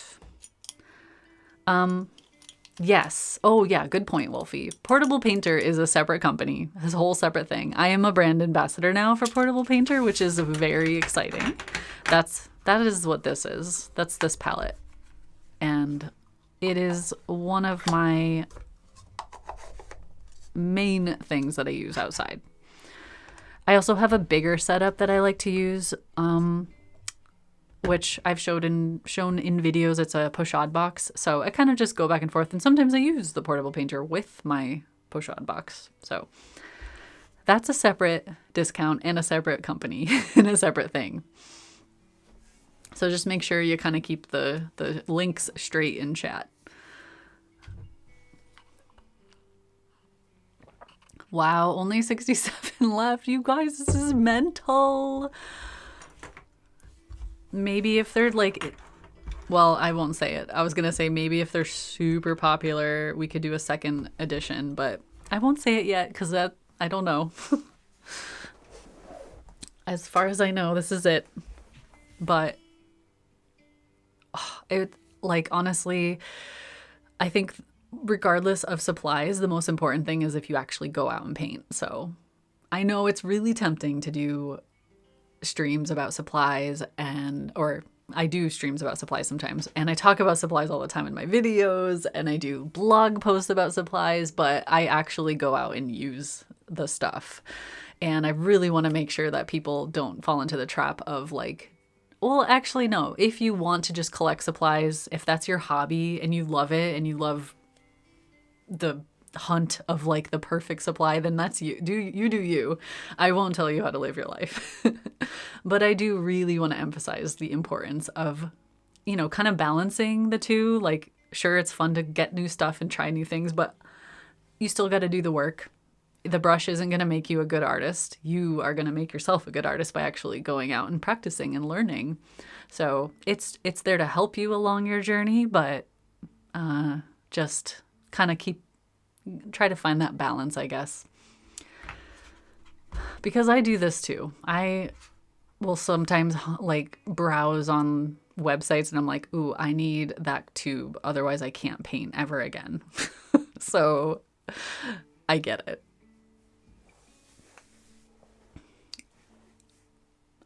I thought she's dried Shinhan and maybe Daniel Smith. I use a combination of brands. I have like 4 different brands in here, which I'm going to do a video about my gouache palette.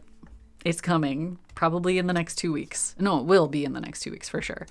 But there's Winsor Newton. I'm using up a couple of old tubes of other brands. Like I have some Schmincke tubes in Horadam I'm using up. I do have some Shinhan in here. I have 2 Daniel Smith colors, I think. Maybe 1. Buff Titanium. And yeah, it's a combination. But I will post everything, all the details and everything about that.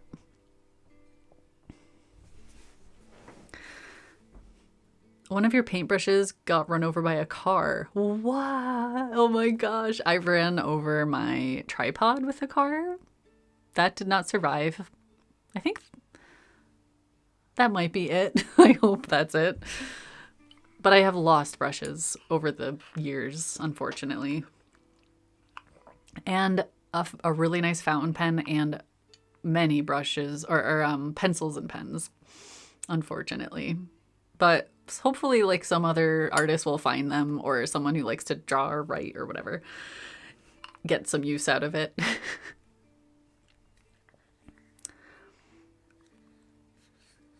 Inspired you to use the supplies and not buy stuff, except for your brushes.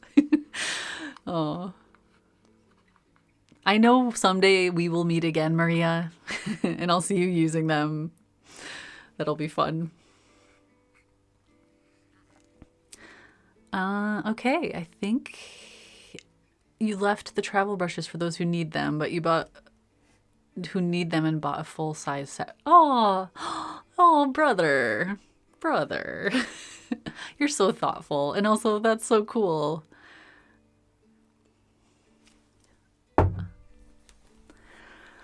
Well, if there aren't any final, I could literally sit here for hours and just chat about anything. But it is almost 2 hours into the stream, so I think I was kind of thinking that would be a good amount of time to hang out. And whenever I do a live stream, I'm like, oh yeah, that was fun. We should do that more often. And then suddenly weeks go by and I'm like, I haven't streamed. But I do know that I will not have time to stream in April. It's going to be kind of crazy with Plen April, especially because I do want to record quite a bit of it and make videos for you. I was playing with the idea of doing daily vlogs in Plen April, but they would not be well edited. They would be pretty raw. It would probably just be phone footage that I pieced together at the end of the day, and it could be good and also really terrible. So I don't know if that's worth it. If 50 people, I don't even know if 50 people are watching right now, but if 50 people type, no, never mind, we're not going to do that. I was going to say if 50 people type something in chat, I will do it, but no. I'll just put like a poll out or ask people on different platforms and see if there's interest. It's just, I feel weird doing that because I usually like thoroughly edit my videos, and putting something less out there, I'm like, ugh. I don't want it to come across as like I don't care about the quality. I just couldn't, if I was doing a daily vlog, I couldn't keep up with the usual. Which will end first, the stream or the battery? Uh-oh. I just realized I've had my MacBook plugged in this whole time and it is down to 50%. And it was 100% when I started. So it's draining battery faster than it can charge. Oh, that's because my camera's plugged into it. Makes sense. Never mind. Good job, little MacBook. Thank you. We won't talk about the internet speeds. I'm sorry. I know. I know you can do so much better than that. But good job. Okay. I'm clearly unhinged, so I should probably head out. Something. Oh no, you're actually typing. Oh my god, someone count the somethings in chat. No, only one vote per person. Okay, clearly you are all biased because you're here listening to me ramble about like paint and weird stuff. So you will clearly watch anything. But I do think there is a cool side to daily vlogs because they are more raw. Like if I have a crappy day painting outside, you will see why it's crappy. Like you'll see the crappiness and you will maybe feel more, it'll feel more real. I don't know. Like I'm fine with with not doing a good job, even if it's recorded and shared on, like I've streamed over the years and I've made some awful things and people still hung out and the world didn't end. So I've seen that it's okay to be vulnerable and to just show like the raw, the practice stuff and the not great stuff. Because like, I know I can do the good stuff, but it doesn't always happen. But that's the reality of it. So I kind of like that idea. I like that side of the potential live stream, not live stream, daily vlog. I'm thinking more about my sanity of the work it will take, because I'll still have to like make an effort to record it as well as edit it every single day. So I'm scared to commit to it if I'm like not sure I can actually keep up with that. But maybe it'll just be a really intense month. Give the people what they want. I know.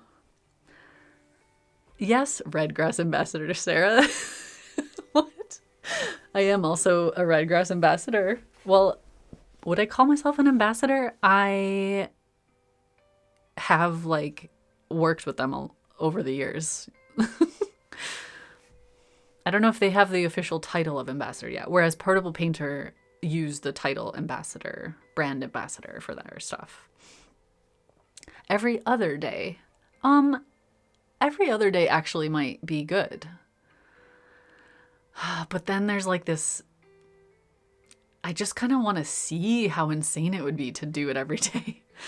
Like, well, here's the thing. I did 2 years ago, I did Plain April and I recorded every day and I shared the daily, I did daily shorts. So it was much easier because it was like, actually I could edit on my phone if I wanted to, and put it together using like Instagram Reels and then just save it as a video. But that was still quite a bit of work. I did a weekly wrap up last year and I did kind of like that. There was a bit more flexibility, a bit more freedom.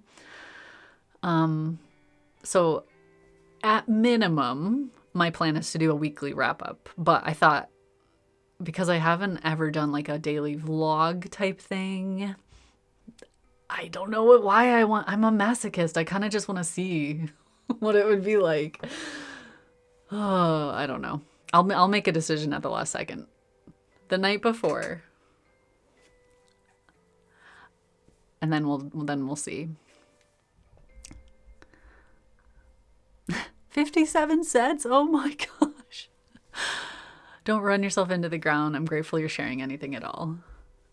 Yeah, I love sharing all of it. It's just I do have to keep that balance, really. But the thing is, I get really like jazzed up during April because I'm going out, I'm painting, I'm trying to do something new every day. That does invigorate me and get me excited. And who doesn't want to share their excitement? You know, I think things are more fun and exciting when you share them with people. So that side of it usually kind of fuels me forward. But yeah, I don't know. We'll see. Maybe Wolfie can help me with editing by then more. He's probably sitting there like, what? Uh-oh.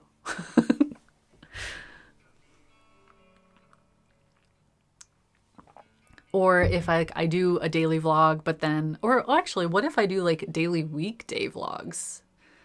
And then on Monday, I'll do like the wrap up of whatever I did on the weekend plus the Monday one. Like maybe that's an option.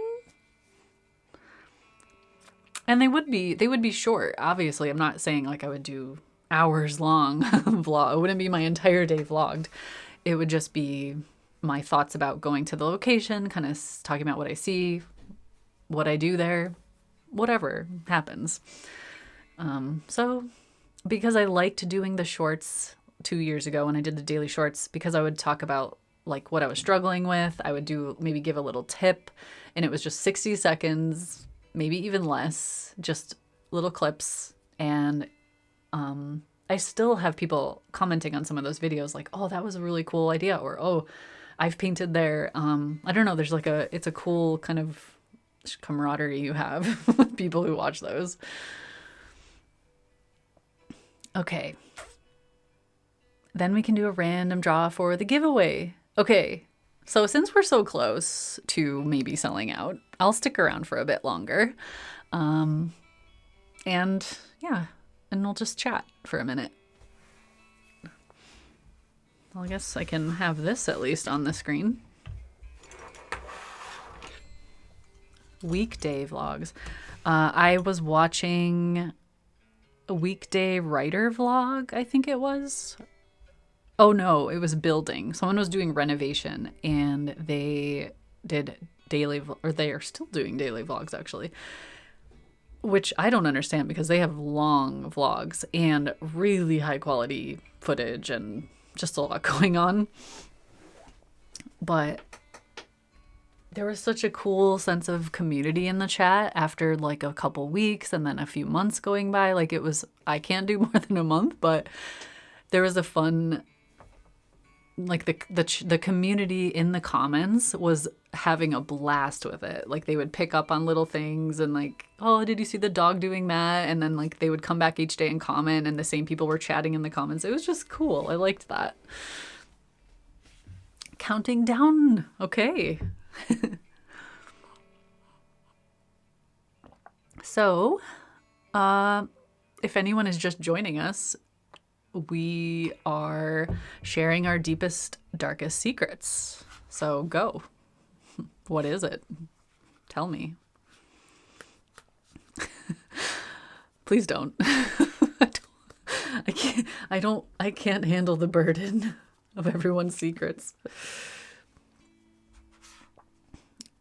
Remember when Twitch stream unlocked a tattoo, which still need to get, don't I? Let's Woosie, let's not go there. I was about to talk about it, but I was like, wait. Let's keep that for mod chat. What?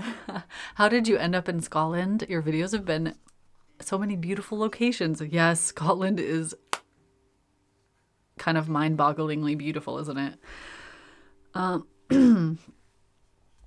After traveling here solo, I met the person who is now my husband. Long story short, we met on a train. So it was a lot of long distance for a while, but then we had to choose Scotland or the USA, and I think you might, well, maybe can guess why I chose Scotland. Although there are many places in the US that I would like to visit and see. I still have never seen the sequoias, the redwoods, and I know I talk about this all the time, but I am gonna go.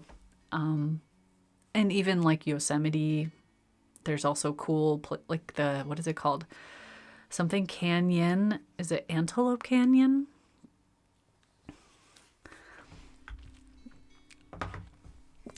Let's riot. Remember when she drowned her laptop? Wait, don't share my deep, dark secrets. These aren't even secrets. This happened live on stream. You don't wash your brushes. Oh, Maria. No, that's pretty normal. I will sometimes go quite a long time without washing them. Well, I can't do that with like the oil or the acrylic ones, but watercolor gouache, those get a little bit neglected.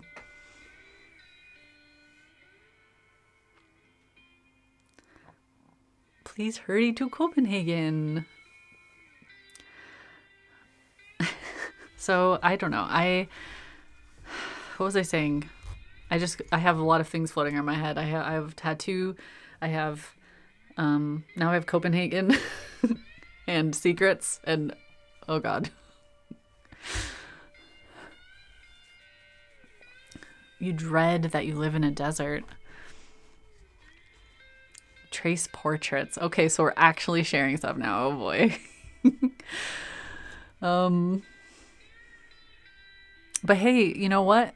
If you are starting out by tracing, you learn a lot doing that. We did that all throughout childhood, I think, a lot of us. And eventually you start to learn, like, you get better hand-eye coordination. You start kind of doing your own thing, and, or at least I think it's good too, if you want to get really good at art. Yes, Antelope Canyon, that's the one. The sandstone, yes, okay. Yes. I would love to see that in person, but it's one of those places I'm like, I really want to paint that, but how would you paint that without making it look like a total abstract painting, which I guess would be okay too, but it just looks so abstract. It's wild. Scotland is amazing and I will be back. I hope so. Remember when I ripped up my art on stream? Yes. Oh man, people were so mad about that. I think some people actually like left the stream because of that. But hey, you gotta go with what you feel in the moment. That painting was dead to me, and I knew I could do better, and I learned from it, and I just accepted it for what it was and moved on. Well, I didn't accept it for what it was. I destroyed it, but I recycle a lot of art. I give away a lot of art. And yeah, I don't have a ton of space here, so I have to kind of be picky. Ghost Ranch in New Mexico. I haven't heard about that. Plen April Minute, TM. Been waiting for the travel brushes since you mentioned them. Oh my gosh. You ordered, yay! I'm so glad. The thing that I would not like is if someone has been waiting ages and they missed it. This I think we sold out my first brush launch a couple years ago now. That one sold out so fast and so many people missed it the first time, but then those did come back. So, yeah, I felt so bad about that one. If money were no object, where would you travel? Oh, that's a really good. Probably New Zealand. It's very expensive to get there, and I wouldn't want to go for like less than 3 weeks because of the time change and for where I would want to travel there. Well, it would be Australia and New Zealand at the same time. And staying there for that long would be quite expensive. So, yeah, that oh, I don't know. That's a big trip.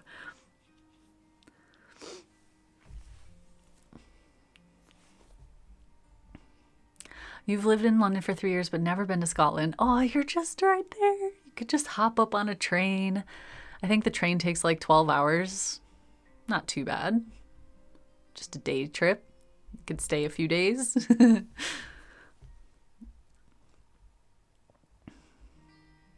I have been to Denmark.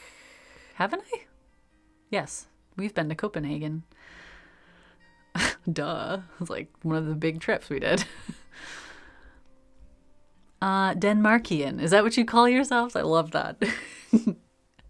Meet up in Copenhagen. I do want to go back to Copenhagen in a warmer month. I think I would enjoy it because it seemed very paintable.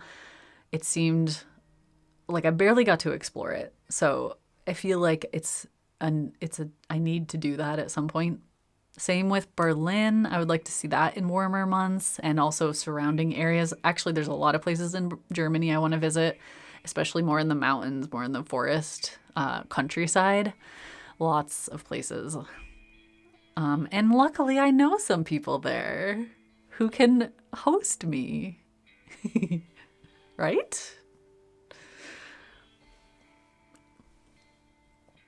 Waiting impatiently for your next book. Ooh, I can update you on that. If anyone doesn't know, I am working on Sketching Scotland #2, second book in the series, and it is going really well. I gave myself a deadline of the first draft needs to be done by April 1st because of how busy April's going to be, and I want a full 2 to 3 months to like review the first draft, let a couple people see it, give me feedback, make changes over the summer, and then I want to launch it in like October maybe. October would be a good deadline. And it's already like, wait, what is it? It's like 186 pages already, and the last one was 120. So it's going to be kind of it's a big one. And I'm even looking into doing print on demand for these books in the future because currently we ship them out here ourselves. Like I order them all, store them in my own house, sign them. We do all the shipping. Wolfie does it now. And it's a lot. And shipping has become so insanely expensive that it's like as much to ship as it is for the book itself. So I'm kind of considering a print on demand type thing. Which I guess, I don't know why I'm going off on this tangent now, if anyone actually cares. We could talk about this some other time. But it would mean that it would be, I think, more accessible and hopefully more affordable. And maybe I wouldn't make quite as much of a profit, but I think I'm more concerned with it being, like, if people want it, I want them to have it. I don't know.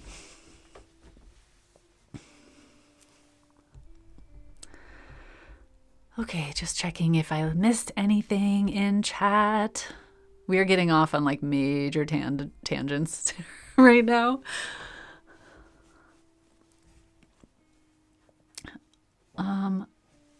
Ghost Ranch, Santa Fe. I still have never been to Santa Fe. This year I'm teaching a workshop in France in May, which is sold out. And then in October, I'm teaching one in Spain, which actually it's the southern Spain, like way south. And then the following May, I believe it is. This is one isn't like announced yet, but we're planning one for North Spain. So totally different part of the country. But I would really like to visit slash maybe set up a workshop in America. And a lot of people are telling me to do it in Santa Fe. I'm like, I can see why. It's gorgeous. It's warmer, depending on what time of year you go. Might be really hot, actually. So you have to be careful. But it's also kind of, it seems like a good destination spot for a lot of people. Otherwise, obviously, like there's either the East Coast or the West Coast. And then it's like, how do you choose? Or I could just go back to my roots and go back to Denver. I think that would be fun as well. Do like a mountain retreat. Oh, how cool does that sound? I keep saying like, oh, I want to do this thing, but it takes so much work to do a retreat.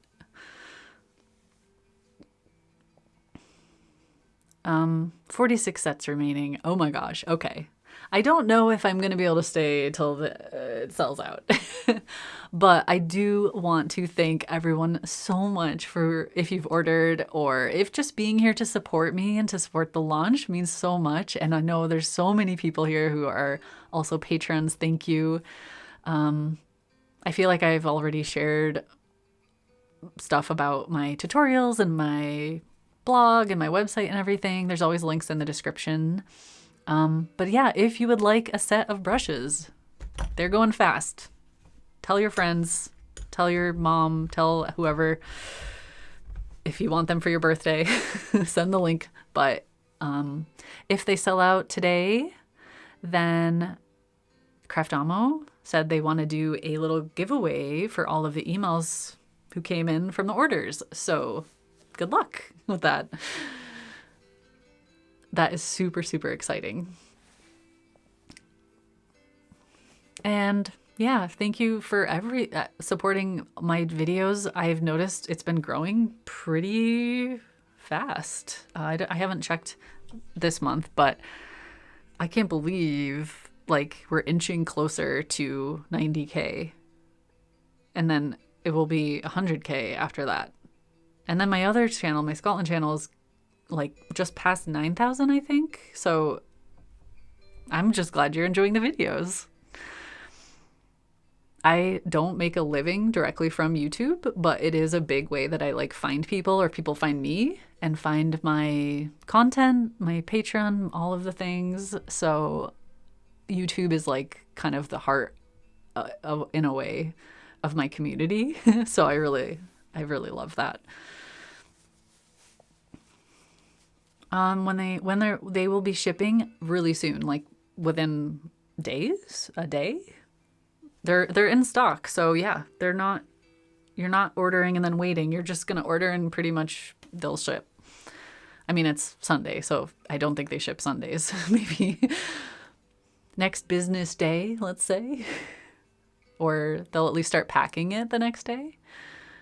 Craftamo's in chat. They can answer that.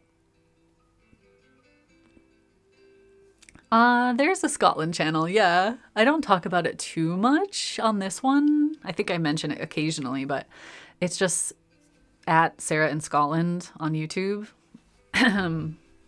More like vloggy. Actually, lately I have been sharing more vlog type stuff over there instead of here because I was trying to like compartmentalize my life in a way. But the uploads over there have definitely slowed down because I've been doing so many other things. Like that's like a hobby channel, a just separate channel. So yeah, it's just for fun. Yes. Thank you so much for being here. I am really excited. I know. Thank you all. This has been fun. And of course, thank you Craftamo for another really fun collaboration. And I'm so excited for everyone to get their brushes. Don't forget, Craftamo knows what they're doing. So if you ever have any questions about specifics like shipping or orders or anything, go to them. I'm here to inspire you to paint, hopefully.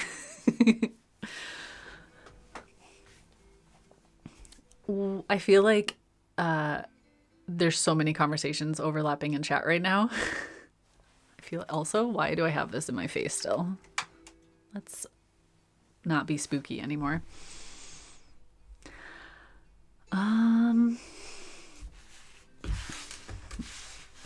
The light. Like 450.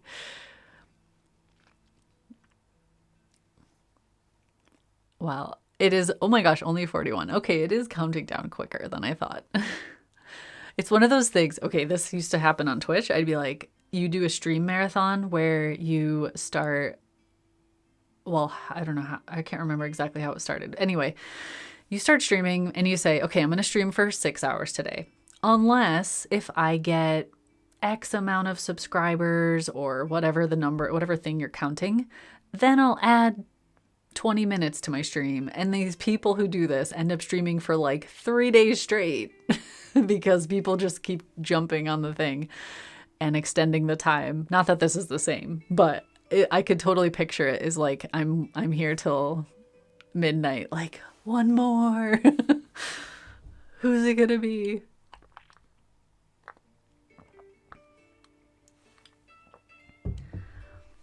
But the final sets that are available, there's still people in the US or on, you know, different time zones that haven't even woken up yet. So I'm sure they're going to snap them up quick. And that means,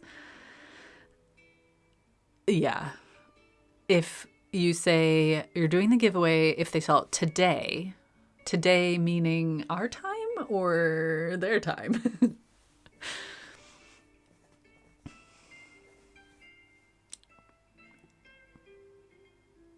Sorry, just catching up. I know some people are headed out now, so bye. Have a lovely day. Have a good weekend.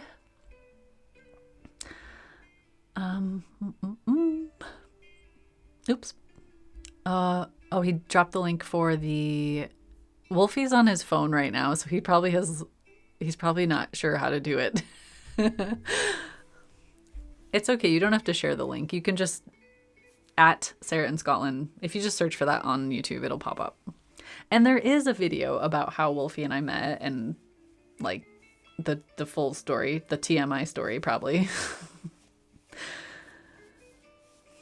But oh yes, there's the link. PST will give you better odds, yeah. Is Twitch still a thing? I personally don't stream on Twitch anymore, but it is still a thing. I literally watch one person on Twitch occasionally because I'm in such a different time zone than a lot of people I used to watch. And then I stopped watching on Twitch for years. And now I literally use it as utility in a way. There's a woman I watch who is a writer and she does writing sprints. So sets up a timer, writes for 20 minutes or an hour, whatever, and we all write at the same time. And then there's like a 20-minute break or a 10-minute break, whatever, and then writing again. So there's videos about this on YouTube as well that you can watch, which are also great. It's like the body doubling thing where if someone else is doing a thing, it encourages you to also do the thing you should be doing. You want to write, watch writing sprints. You want to paint, watch painting videos or painting sprints or something. I do still have Twitch subscribers. I have Twitch subscribers that there's very few, but I know that they're literally there for the emotes, which I think is so funny. And it still supports me. And then, yes, Heiko is also there because he can't leave. Like he's like stuck there or something. Never watches me. I don't watch any gaming streams anymore or anything at night. I only watch things in the morning, pretty much, which is a really weird time zone. Like morning in the UK or like midday / early, way early afternoon. I just can't do night stuff anymore. But it's good because I started doing really good habits like sketching at night. And I also write, like, one of the things I do is work on my Sketching Scotland book at night. And I also work on my random fantasy novel that I've been writing that I now have 15,000 words into. Someday I'll sleep.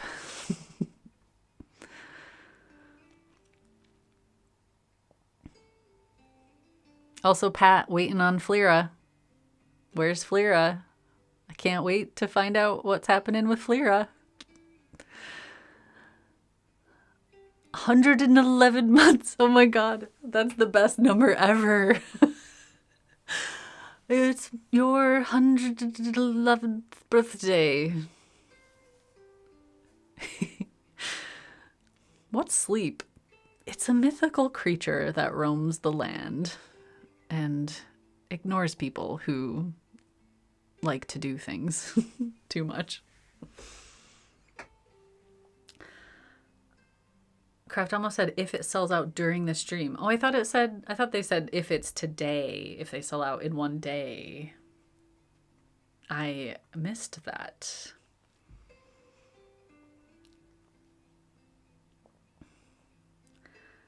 How have we known each other for 111 days? I mean, years, months. Oh my gosh, that's so crazy. They just sent me the screenshot of it. Wow. Good day. How is everyone's morning? Morning was good. Day was good. Now evening is good. So we're streaming. I've been just kind of chatting and showing some of the brushes. I did a little demo. Although I was really just kind of geeking out about color.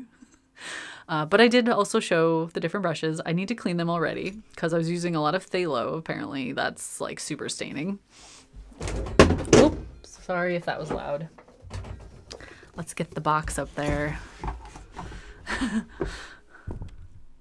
And yeah, the brushes are almost sold out. So if you want them, now's the time. Plus there is a special launch price and a discount code for today only, which might be today only anyway that they're available.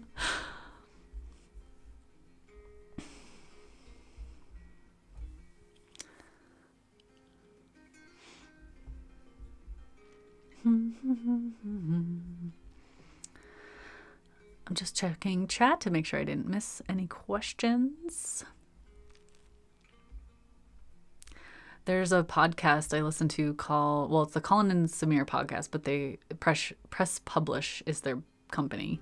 Anyway, they always, at the end of their podcast, they call it the deep end. And that's where I feel like we are right now. Like, it's the end of the thing. It's like where you're just kind of random and you're just talking about whatever and just tangents and gripes and all sorts of stuff in the deep end.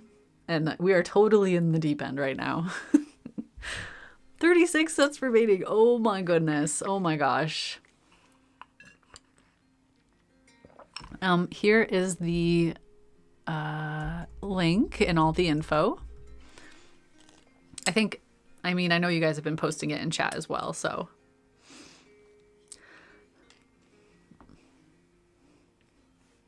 Yes. I won't be hosting workshops in Scotland this year. It is too busy. I really wanted to. It's actually going to be a little bit crazy this year. I mentioned a couple of my retreats I'm teaching, but in addition to that, I'm also going to America in June. I'm going to the Adirondacks for the, it used to be called the Publishers Invitational. I don't know if it still is, but it's a painting week in the Adirondacks with Streamline Publishing. And I'm really excited about that.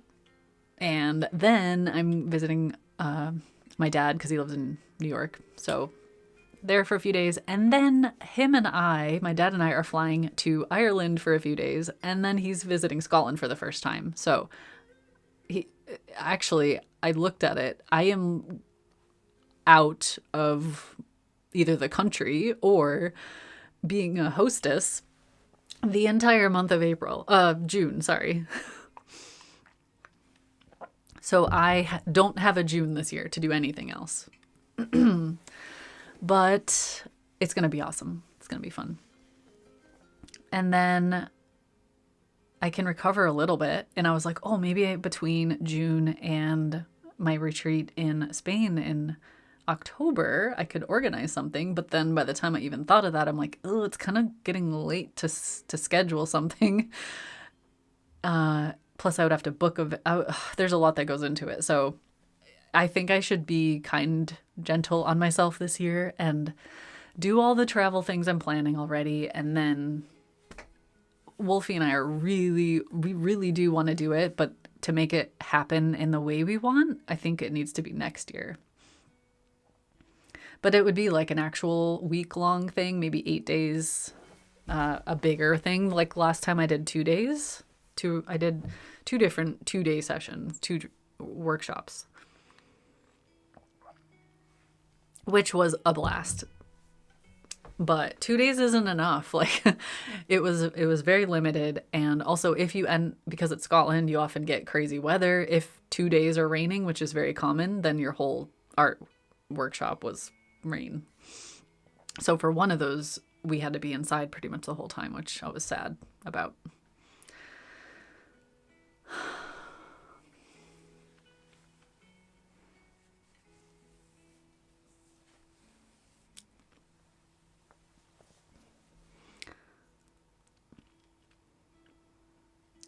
Pumpkin hour. You want to visit a workshop? Yeah. I know, that would be cool. Well, there are various workshops around. I mean, I don't know what kind you were looking for, but I know Mike Hernandez is teaching a workshop in Scotland this year with someone else. It's in, don't quote me, I don't remember when it is, but you could look him up and find it. I think it's with Workshops in France, the company. And they don't just do stuff in France, they do it all over. So it's definitely kind of like a luxury one though.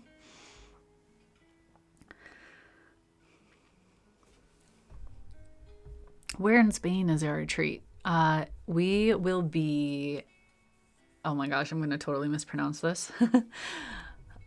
Is it called Andalusia?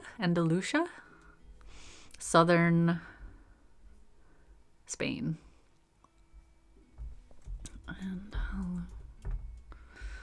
Andalusia? There could be many ways this is pronounced. Wolfie is probably screaming downstairs right now because he knows way better Spanish than I do. Sorry.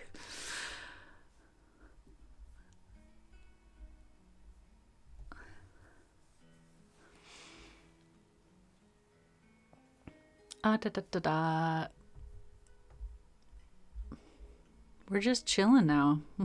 We're in the deep end. Get your floaties out. We're just floating around the deep end. Tasmania. Oh my gosh.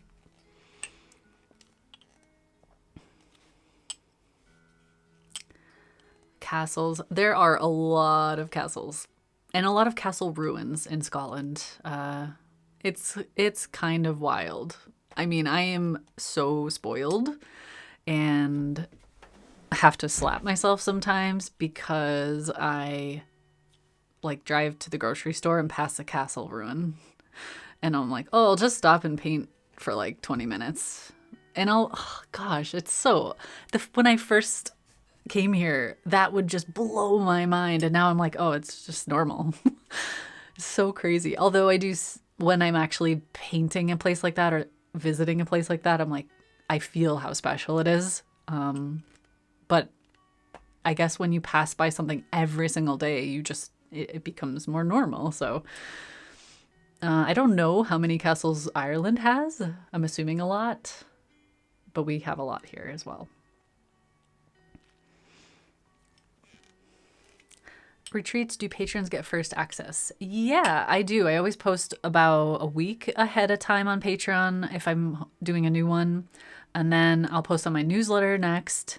And then lastly is the wider social media. So sign up for my newsletter.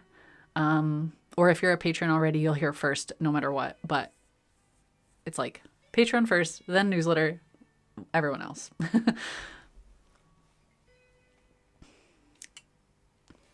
I send a newsletter out like once a month, I would say. I try to at least once a month.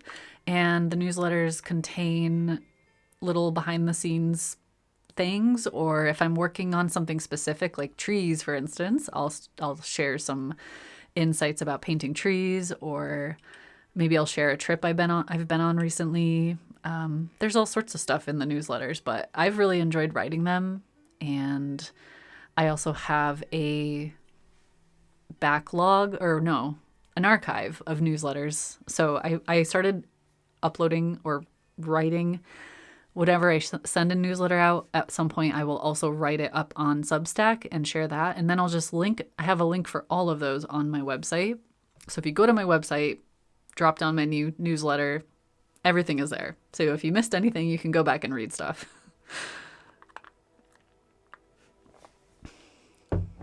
But yeah, I try to send it out once a month. I'm doing a little better nowadays, keeping up with that schedule.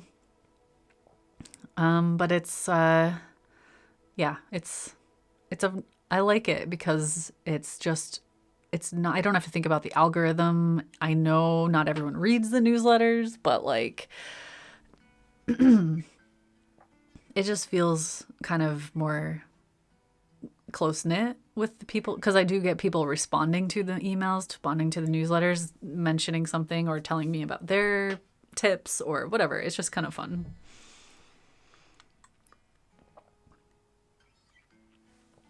Oh, you bought 3 watercolors instead of gouache. Oh no.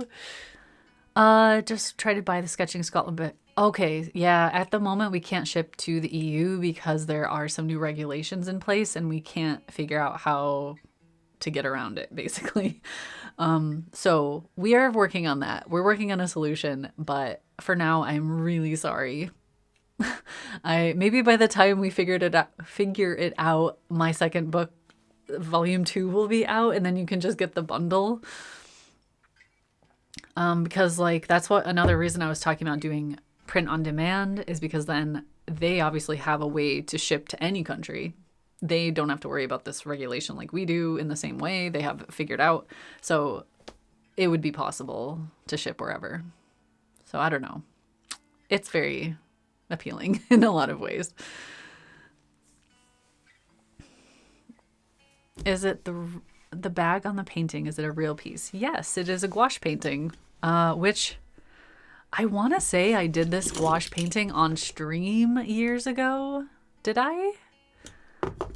Can someone, Lord Librarian, where have you gone? We need to look something up. I am like something % sure that I did this on stream, live stream on YouTube, way back in the archives, I think. But if not, I could find it maybe on my Instagram, like the year that I did it, or took a photo. I could look in my old photos and see what year it was. But this is the painting. I actually really love how well it came out on the box, and then inside you get the print. So this is actually a print that you can frame with the brushes, which is really fun. And it looks really high definition, like you can see the texture. And even on the bag, I was like shocked at how good it looks, like dry brush. I was like, how? This is a bag. But that's very cool. So all of this comes with the brushes, comes in the box. We listened to 137 songs just now, or I did, because obviously everyone said they couldn't hear it. But I just didn't want the stream to get muted just in case it was like copyright, but I am using non-copyright I'm using my Epidemic Sound music, so I don't think it would have been an issue, but yeah. Would you consider coming to Australia? I would love to.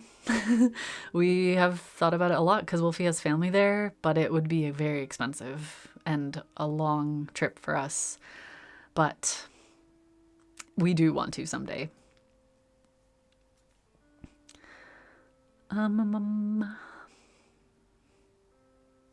27. Oh my gosh. Okay. I will have to put a little chapter markers on this stream. You can't hear it. Yeah, the music is on my phone over there. I just didn't want it to be too loud. But yeah, I'm going to have to put chapter markers on this stream for the future people watching. Actually, I don't know if anyone will watch this in the future because, like, well, maybe they will if they like having background noise. But stuff like this is typically not as rewatched because it's like a live thing relating to a product that's happening now. But if you are watching, I hope you're enjoying some nice background chat. Hopefully you're getting some work done, some painting. This looks kind of trippy. This is like lined up with the box art almost.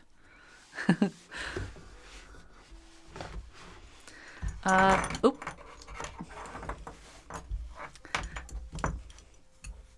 I'm in that gray area of like, do I stay? Because it might take hours for the final boxes to sell. But either way, I am very, very thankful for everyone's orders and for just hanging out with me, being here and chatting with me and each other as well. One thing I love about YouTube is how many people chat with each other in the comments. I mean, not always, but I see it sometimes and, you know, excited about a product or a supply or a color or something or a place. That makes me happy. But I think most people who want to chat, proper chat, hang out in my Discord.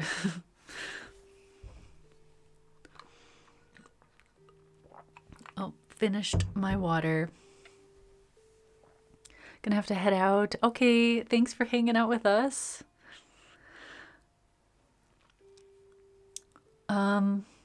I think I will probably head out soon though.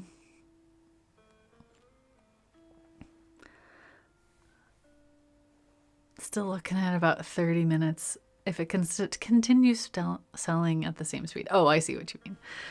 Yeah, we'll see. A couple minutes. Let's wash the brushes, shall we? Because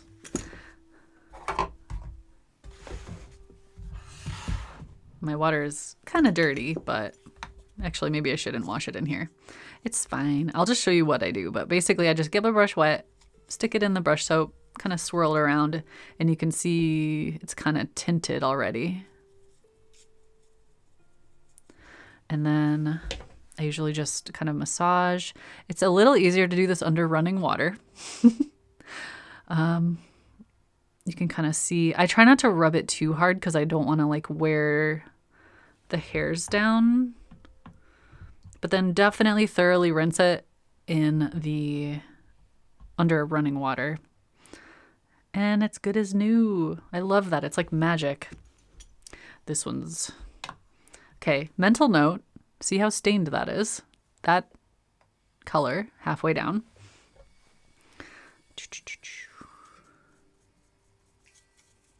You don't really need a lot of brush soap either. It's pretty powerful stuff. Or not powerful, but like you can't smell it. I don't even know if it has a smell. But I think because the hairs are synthetic, the soap can easily clean them off. So there. Now look at that. Pretty good. Definitely not necessary, but if it bugs you, then I actually like the lighter hairs because I can see if there's paint in it still. And I like that I like the darker ends because it helps with the contrast against paper and also paint.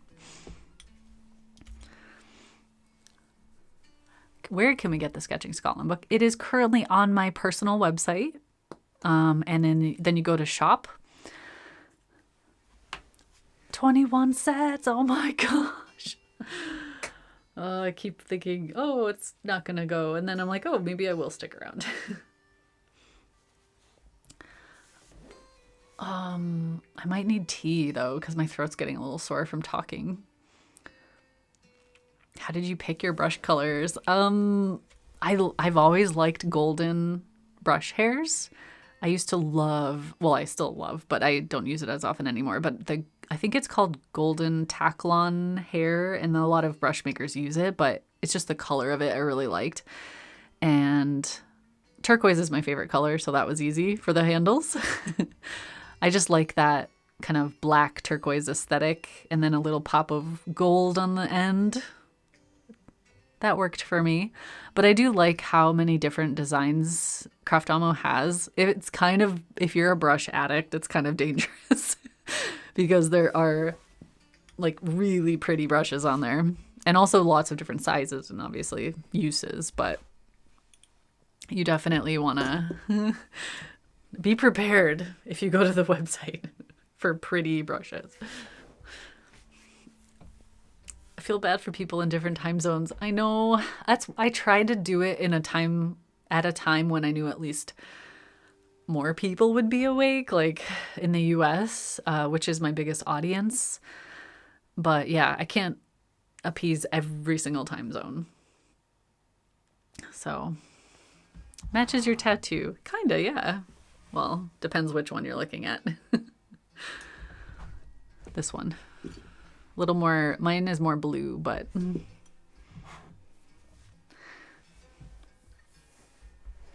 it's so funny how often, like, well, maybe not as much anymore, but when I used to stream a lot on Twitch, I would maybe be like this. And before I got this tattoo, it was just blue right here. It came up to about here. And so many times people are like, oh, you have paint on your arm. Oh, you must have splashed paint on your arm.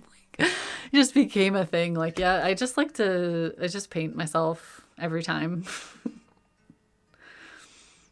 Might sell out in the next few minutes. We might. Oh my gosh, it's crazy. People are waking up and probably seeing the email and they're like, oh.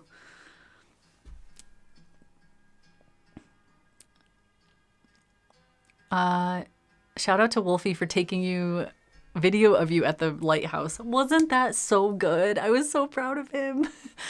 Not in like even a condescending way. I'm just like genuinely proud of him. And he was critiquing his work so harshly after. He's like, oh, that shot was so shaky, and oh, that shot wasn't as good. And he did the same shot like 4 times, like panning and stuff to like make sure it was good. I was so proud of him.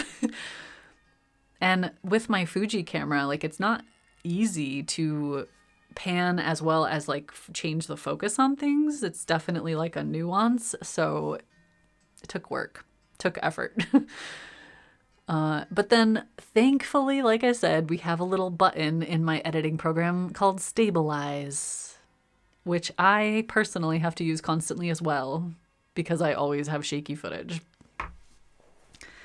But yeah, as long as the footage isn't like, you know, like you're not on a boat and it's like jostling around, but even just like a little handshake, which happens very, very easily, that can be sorted out in the editing.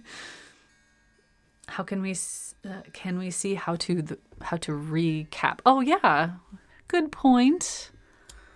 So what I typically do is make sure the brush hairs are at least slightly moldable, because when they're damp, you can kind of shape them a little bit better. I typically let them mostly dry, but when I'm outside, I'm obviously not waiting for them to dry.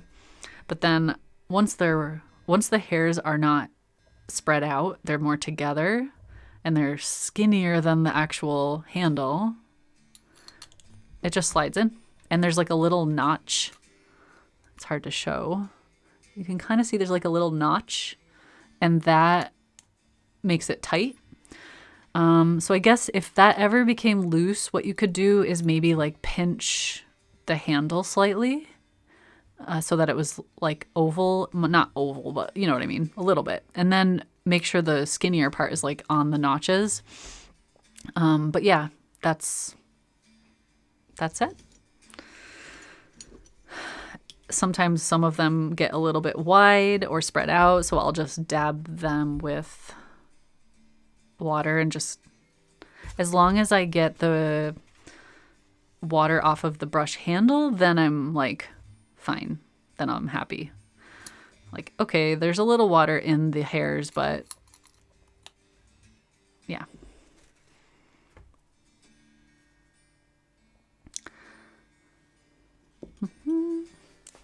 Shaky cam was all the rage in the 2000s.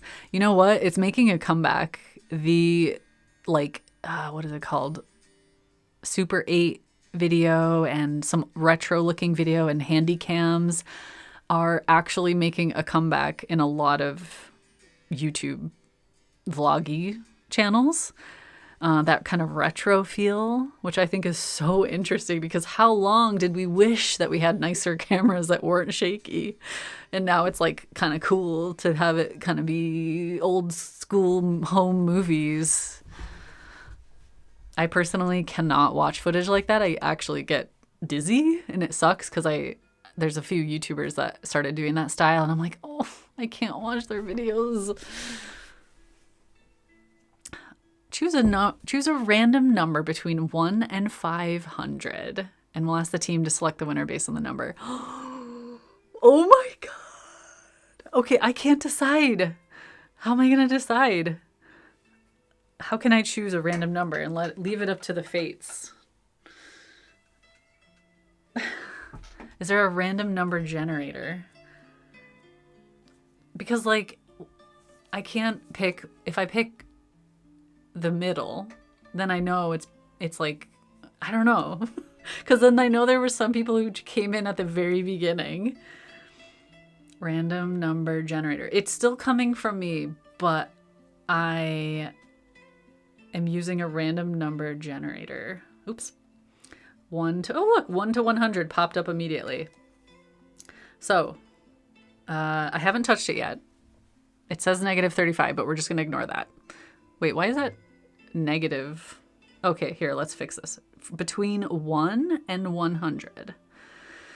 Are we ready? Ignore the -35. That's fake. Oh, 500. Oh my gosh. Sorry. Wow. Thank you. What? 500? Well, my brain just comprehended that for the first time. Wow. Thank you all. You know you want to do 214. I obviously want to choose 214, but I can't. If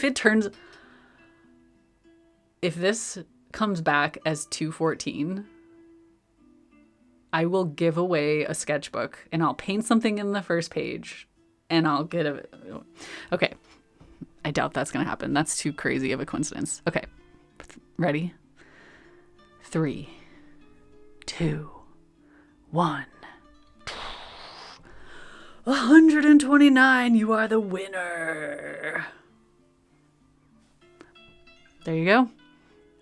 It's a pretty good number. Actually not far away from 214. I would have lost my mind if that actually happened.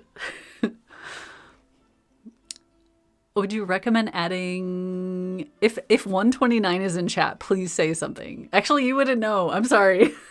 Duh. Oh god. But because we had so many orders like immediately, it could easily be any of you who were ordering at the very beginning. So I'm assuming Craftama will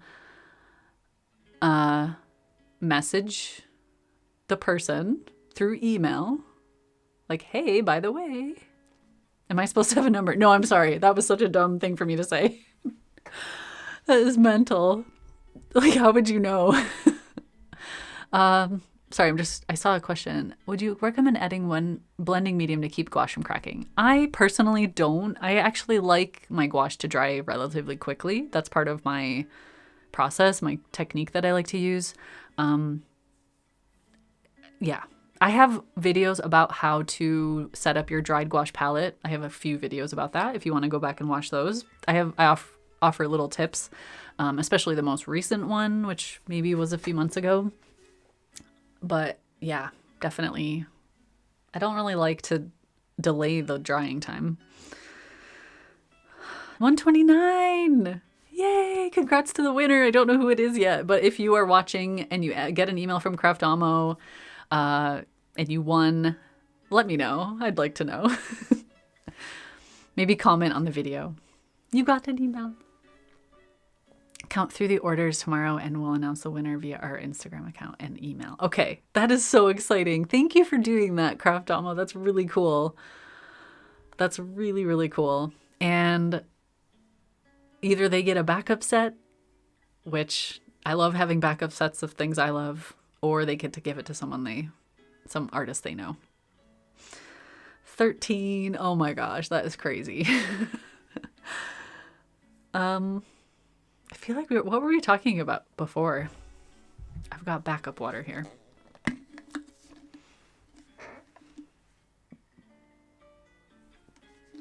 Someone asked a couple times how you recommend using the brush soap versus just rinsing. I did just demonstrate that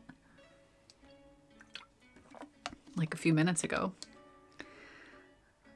Were you not paying attention, brother? I'm gonna have to go back and read chat. See how many times you've asked me something and I didn't see it. It's the final countdown. This one always gets a little bit wider, so I definitely put that in the water, just kind of dab it off. And then pop it in. The bigger ones are a little trickier. What do you think of hybrid gouache? I don't think about it. And honestly, I love watercolor as its own thing, and I love gouache because gouache is so versatile. Gouache, how do I put this? If I want something to be transparent, I will either use watercolor as watercolor, or I will use gouache diluted, because then I still get the option to be opaque without getting another tube out or getting another sets of tubes. Like, I personally just don't see a purpose to hybrid because, yeah. It's so hard for me to choose between watercolor and gouache as it is. I can't imagine having another one in between there. Like, that would just drive me crazy. They think they meant acrylic gouache. No, there's actually a thing called hybrid. It's like Pass. Well, I think the Shinhan Pass is a specific company. It's literally marketed as a in between watercolor and gouache. So it's not quite as opaque, but it's still kind of opaque, I guess. I don't know. It sounds similar to, is it the Gonzai Tom? No, I don't know. There's another set that I've seen a lot of people use that say it's like kind of opaque, definitely watercolory, but like you can't get fully opaque with it. Yeah, anyway. I mean, if you were talking about acrylic gouache, then I really like acrylic gouache. For certain things, I really like acrylic gouache. I love the fact that it's permanent. Like, the layer is permanent. I can get it wet. It doesn't matter. It's not going to go anywhere. It's not going to ruin it. Because the amount of times I have finished a gouache painting and dropped one drop of water on it, and I notice it the next day or something, and there's just like a giant hole in my painting. Oh, that's so sad. But I know I can seal it. I know, but like, it's just different. But acrylic gouache is great because it feels just like gouache mostly. And it looks exactly like gouache. I love the matte intensity of gouache. That's like one of the things that draws me to it. And it dries permanent, which is such a huge bonus. The thing I don't like is the cleanup because I'm so forgetful. I have already ruined a couple brushes by forgetting. You just have to wash them immediately, basically. So yeah, and also I can't pour acrylic gouache into like a portable painter and take it outside. I have to have an actual pochade box, pour out the gouache, use it that way. Yeah, just like a little bit more maintenance, I guess, or more effort. And I'm oftentimes in the mood for something a little more nimble. Like I can take the portable palette out, sit down, paint, move every 20 minutes if I want to.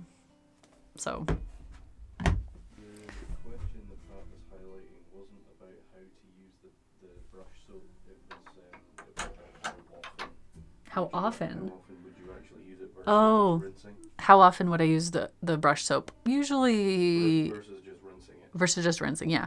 How often I use the brush soap? I like every 2 weeks at the most, I would say.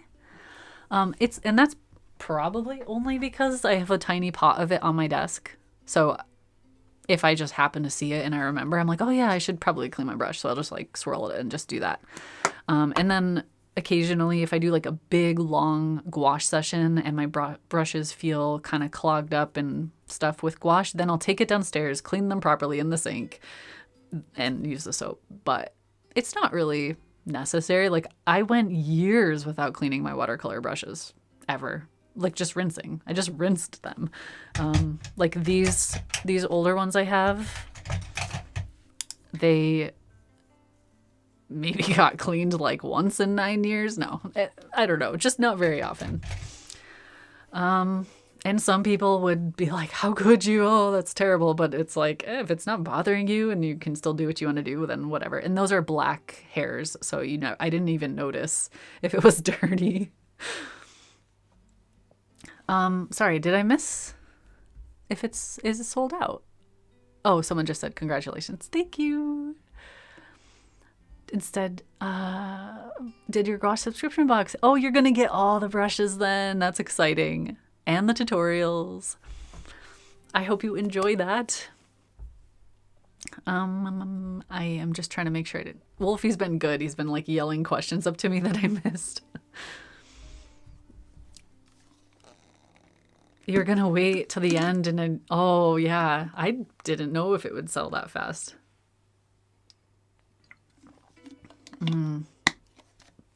The Pro Art bag, yes. This is what I was showing earlier for bigger brushes. These little rubber band thingies, so useful. And you can also, because it goes both ways, you can fit it like, and I don't know why you would do that, but I think I have done that to like maximize the amount of brushes I've put in here. But yeah, this is the small version, which is definitely big enough for most brushes. I think if you use like long handle oil brushes or something, you probably want the bigger one. But yeah, I think, yeah, this is on my supply list, my favorite supplies that I have. I keep an updated list of all my favorite supplies because I just get so many questions. That's definitely been on there for a while because I really like it. I've tried different versions of different brush holders. Like I have this one as well, but it folds so it looks like this, and it creates like a little stand like this. And you can set it on your desk, but I don't use these inside. I only take them with me outside, where I am literally just opening the case, taking a brush out, putting this back in my bag. So I don't really need like a thing, but it is kind of cool. I like it. Like, I just have a couple random. Oh, I was using acrylic gouache, so I kept this one separate from my other set. But I don't like the fold. Like, it's kind of not quite as sturdy feeling. So yeah, just wanna say that there's other options out there.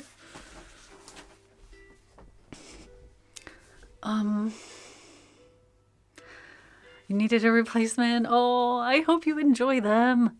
Definitely let me know if you go somewhere fun and paint something cool with them.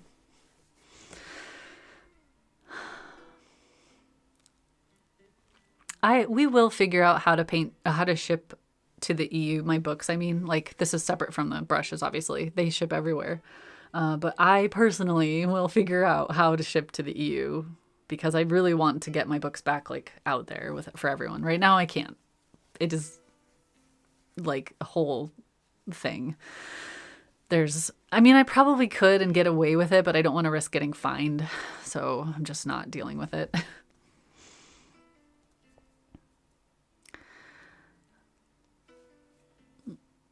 But this is separate from brushes. I'm not talking about the brushes. The brushes ship everywhere. I'm talking about my own books. This is from a conversation earlier. Oh, yay, I'm so excited. Oh, wow. Okay. If I missed anything, I guess we can chat in the comments, or if you come over to Discord, we can hang out and chat. Otherwise, just for a last minute thing, Craftamo handles all the orders and shipping. So if you ever have questions about that, definitely hit them up. There's customer service. They're really good about that. And then I personally will be back. I think I'll have a video for next week. I'm not sure if it'll be the gouache palette video, but that is coming soon, either next week or the week after. And then it'll be April. Oh my gosh. Holy moly. April. And then I might do a daily vlog during the week. We'll see. I don't know. We'll see. I'm going to make a decision at the last second about that. But if nothing else, it'll be a weekly recap like last year. If you have no idea what I'm talking about, every April I paint outside every day, and it's very intense but amazing. And I record bits and pieces of it and share it here. So keep your eye out for that. And I've done it. This will be my 4th year in a row. I've shared in the past all of it, and you can go back and watch those. There's a playlist for it. If you want to have something on in the background, hear me crying about painting trees outside. No, I'm just kidding. Don't do that. I don't do that. Not every day. Discord is there in chat. You're ahead of me. Your soap remains unopened. I mean, yeah. Who's to say you have to do it? It's like you got it with good intentions, but like it's kind of like, you keep meaning to vacuum your car, but you gotta bring the vacuum out there and like get a long cable and like, oh, another fry fell down, but it's fine. No one can see it. Or then you forget about it the next day anyway. So it'll be until you have a rat in your car. Then you'll be like, oh yeah, I should have vacuumed. To reshape a brush. Typically what I do is soak it in warm water, not very long and not too hot. You have to kind of gauge how, like if it's a synthetic brush, you don't want to melt it. So pretty warm water probably is fine. Kind of soak it for a second. And then when you take it out, it should be softer and malleable and you can shape it into place. That has worked for me before. I've also seen people like do that and then they wrap it really tightly with like, I guess a cloth of some kind would work. But basically you like shape it so that it's forced to dry that way. But yeah, I don't know. I think I haven't had anything too bent before, but that's worked for me.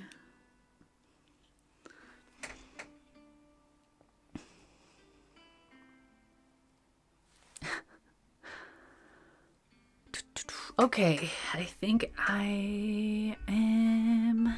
Your mod instincts are kicking in again. You never lost them. They were there all along. A Vaseline. Ooh, I don't know if I would put Vaseline on my brush. That would be really icky to get out. But maybe that, I don't know, maybe that's a trick. I haven't looked at that. Do we click Nightbot link for Discord? Yes. The Nightbot is my what is it? What would you call it? It's the chat bot. What do you say is a bot if you don't say a bot? It's a coded thing that I can have commands pre-entered for. So all you have to do is type the command and it gives you the thing I want to give you. So those are safe. Anything from Nightbot is safe.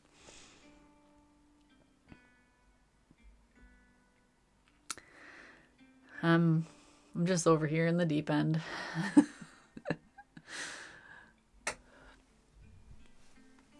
I'm actually thinking I might have second. No, it's too late for second dinner. I'll go with something for dessert. I ordered 12 pies. Wait, okay, hold on. That was a bad way to start that. I ordered, is that a spider? No. I ordered 12 pies. But they're like this big. Although they are quite tall. They're hearty. Like one pie is too filling. I need to kind of have half of it, at the most like 3/4 of it. But anyway, they had a minimum order number. I had already put some in my cart, and by the time I noticed there was a minimum order number, I was like, oh, it's too late. Like, I need these pies in my life. They're from a very special place in Scotland. They're like one of a kind. I think I got like a limited edition Prosecco and peach and raspberry pie, which blew my mind, by the way. And then we got a bunch of other ones as well. Some of them are like dinner pies. So like Wolfie has a haggis, chicken, and peppercorn one, I think. And I had a broccoli and cauliflower and cheese, which was amazing.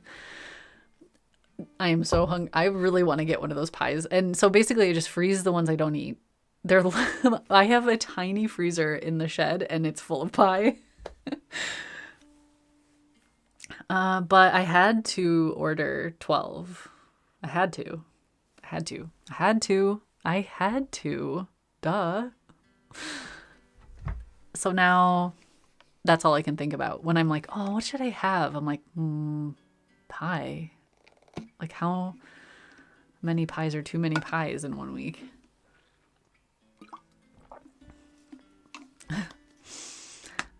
Now, on that tangent, I probably should go. Oh no, is it sold out? We did it? Oh my gosh, I didn't know if I would make it, but it happened so fast. 3 hours. Just under 3 hours. Oh, I feel bad for the people who aren't awake yet. But wow, this happened in the last launch as well. The original 7 set. Oh my gosh. That is amazing and exciting and wow. Thank you all. That is so exciting. Yeah, wow. I actually didn't even... I thought I would be like maybe a couple weeks. I thought I'd be sending out a couple newsletters here and there. Like, oh, hey, just so you know, there's some brushes left. Okay. Apparently, travel brushes are not as niche as I thought. So that's kind of fun. Oh, you just woke up. I'm sorry.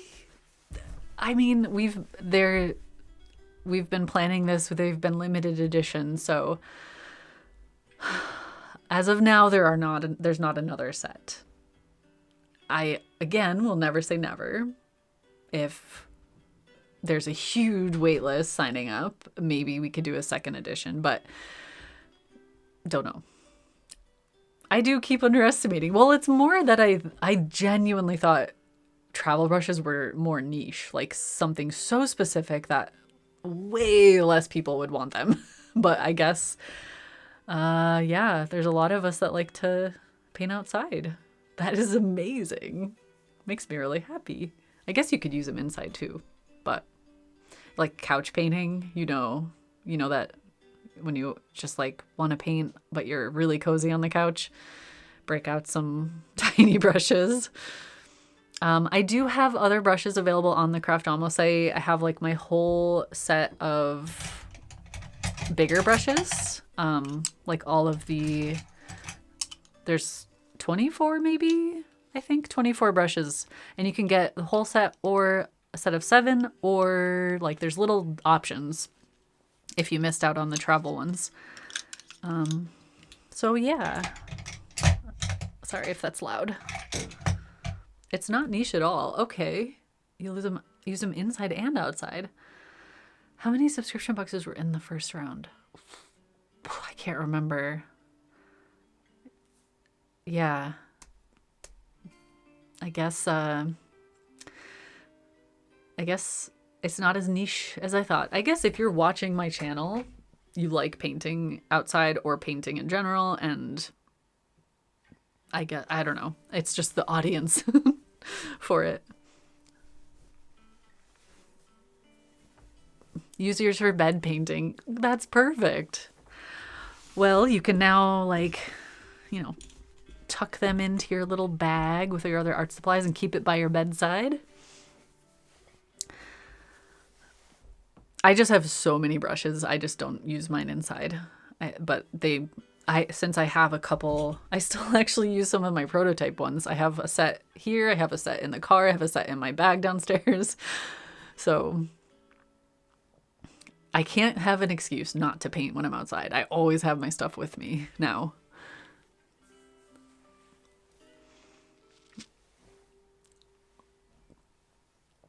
Oh, thank you. Okay, I think I am going to head out. Craftomo, if you're still here, thank you so much for helping in chat, answer questions. And again, if anyone has any questions about your specific order, shoot your email to Craftomo because they handle it all directly. Yeah, I am going to be back again soon with a video. Yeah, planning are so fun. Yeah. There's a 24 set. It is new. Well, new-ish. I mean, it's the brushes from the Gouache subscription box set. So those are their own set. And then there's a couple smaller sets available. You can kind of like pick and choose. So, good night, Woosie.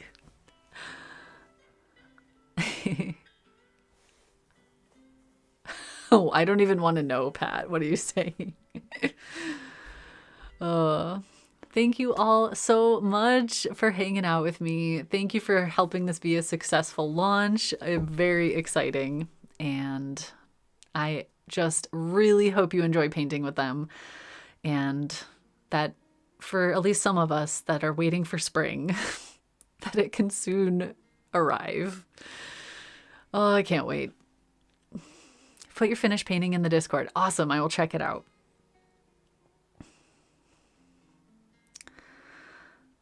Okay. Wow. There's a lot. Thank you, everyone. Bye, Winter's Rain. So good to see you. I know I probably missed quite a few people. Can you post pictures in Discord? Yeah. Definitely. We have a whole art section. You can post, there's art share, there's art supply chat, there's sketches and like different sections you can post it in, just wherever you feel comfortable.